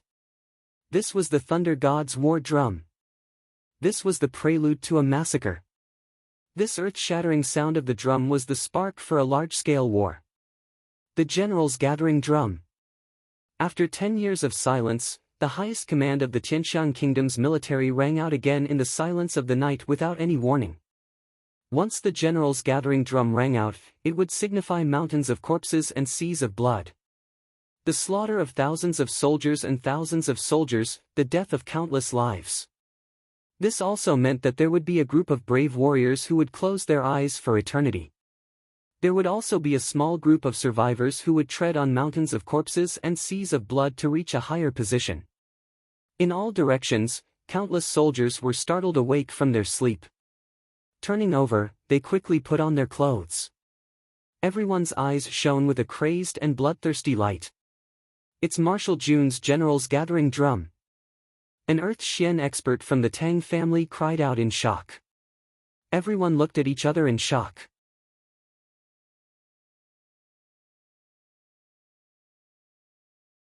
Chapter 69. Today is the last day this book will be on the list of new books. There is no need to say unnecessary words. Brothers and sisters, please give me some face. Tang Wanli's eyes widened in shock, his mouth agape. The sudden sound of the war drums made him forget all the shame and displeasure he felt earlier. His mind was filled with only one thought: Jun Zhantian has gone mad. This old man, why did he go mad? Why did he go mad when the Jun family is at its weakest? Everyone, return to the Tang family immediately. Those who hold a military position, quickly change your attire and report. The rest of you, without my orders, are not allowed to take a step out of the house. Old Master Tang made a prompt decision and issued a series of orders. Immediately, dozens of people bowed, turned around and hurriedly ran away, their speed even exceeding the maximum speed they could muster. At this time, the beating of the general's assembly drum indicated that the situation had reached a very dangerous point. No one doubted that if any officer dared to be late tonight, their heads would roll. Jun Zhantian's military discipline was second to none in the entire Tianxiang kingdom. Anyone who disobeyed his orders, regardless of whether they were nobles, aristocrats, or descendants of dragons, would all be killed without mercy. The sound of galloping horses could be heard from all directions, rushing like a tide towards the center of the city. Everyone wore bright armor, their faces anxious, the whips in their hands continuously lashed on the warhorses they loved more than their lives. All of them galloped as if they were rushing 800 li at top speed. Marquis, what should we do with the rest of the trash? An expert from the Tang family pointed at the remaining members of the Northern City clan and asked. Bring them back and interrogate them one by one. Although Old Master Tang knew that this would not be effective, he still held on to that last bit of hope. As the warhorses galloped past in batches, all the barracks within and outside the city simultaneously sounded the loud sound of bugles. All troops were urgently assembled and maintained the highest state of combat readiness, awaiting the return of the commanding officer from the General Assembly platform. Then, they would immediately move out. Grandpa Jun was going mad. This was not a lie. By the time Princess Ling Meng sent 2 men to the Jun residence, half an hour had already passed since the assassination attempt. Grandpa Jun was reading a book in his study, a smile on his old face, a look of satisfaction on his face. My grandson turned over a new leaf and turned over a new leaf. Looking at his vigor and perseverance, none of the nobles in the entire Tianxiang city could compare to my grandson. How could Grandpa Jun's heart not be filled with relief when he saw the Jun family at such a withering moment, when such a great hope and opportunity had appeared? Just as his mood was at its best, the housekeeper, old Pang, gently knocked on the door and walked in with a heavy expression on his face. He informed him that Princess Ling Meng had sent someone to report something to the old master. Jun Zhantian immediately summoned the guard. However, when he saw the guard's body covered in blood, Grandpa Jun's heart skipped a beat. The guard's stammering and evasive words made Grandpa Jun feel that something was amiss. His face turned uglier and uglier. Old Pang stood behind Jun Zhantian with a worried look on his face. This made Jun Zhantian feel something. After a series of interrogation, the bodyguard finally said, "The third young Master Jun's body has disappeared." It was just this short sentence. When Jun Zhantian heard this, it was as if thousands of thunderbolts had simultaneously exploded in his head. His tall and sturdy body swayed a few times. Suddenly, his face turned deathly pale and he fell backward without a sound. In an instant, he was no longer breathing. The old man was shocked. Fortunately, he had made preparations beforehand. He pinched Grandpa Jun's acupoint and pounded on his chest. Finally, Grandpa Jun regained consciousness. The bodyguard trembled as he knelt on the ground, not daring to move an inch. Everyone knew how important this debauchee young Master Jun Moxie was in Grandpa Jun's heart. If he did not respond appropriately, he would be met with a fatal disaster. The moment Grandpa June woke up, he spat out a mouthful of blood. His complexion instantly turned ashen and his eyes dimmed. However, the words that came out of his mouth were still clear and deep. What exactly happened? Slowly, without missing a single word, tell me everything. Although his voice was low, the heaviness in his words was like a towering mountain, pressing down heavily. The bodyguard's face had long since turned pale from fear as he slowly described what happened. Throughout the entire process, Grandpa June's face remained calm and he did not utter a single word. Finally, when the bodyguard finished speaking, June Jean powerlessly waved his hand and said, "You may leave." The bodyguard felt as if he had just been granted amnesty. He trembled as he retreated, only to find that his entire body was soaked in sweat. In the study, June Jean closed his eyes and raised his head towards the sky. His Adam's apple bobbed up and down as a single tear flowed out from the corner of his wrinkled eyes. If June Moxie was still the debauchee June Moxie of the past, committing all sorts of outrages, Grandpa June would not have felt so bad. That was because he had long been disappointed. Turning this into despair was not a big deal. The June family's decline was already a foregone conclusion. Even if this day came early, it would not be a big deal. However, the problem was that June Jean had just witnessed the astonishing changes in his grandson. He had just seen the dawn of hope. He was filled with excitement and endless fantasies about the June family's future. However, this sudden news had instantly sent Grandpa June into an abyss of eternal damnation. With such a huge contrast, Grandpa June did not go crazy on the spot. It was already a testament to his self-control. Xie died because he was trying to send a message to Princess Raimu. This was Grandpa June's first deduction.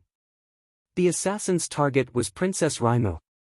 Other than the three princes, the only ones who would have the guts to do so were the hostile forces of other countries. At present, the crown prince's position was still undecided. With the three princes vying for the throne, the other countries could not wait for them to fight each other. Therefore, at this time, the hostile countries would not do something so extreme. Therefore, the three princes were the most suspicious. This was the second deduction. Third, the princess was the main target of the assassin. However, Xie had died, but the princess did not. There was something fishy about this. Could it be that Xie's enemies, the Li family and the Meng family, had hired an assassin to do this? Was the assassination of the princess just a smokescreen?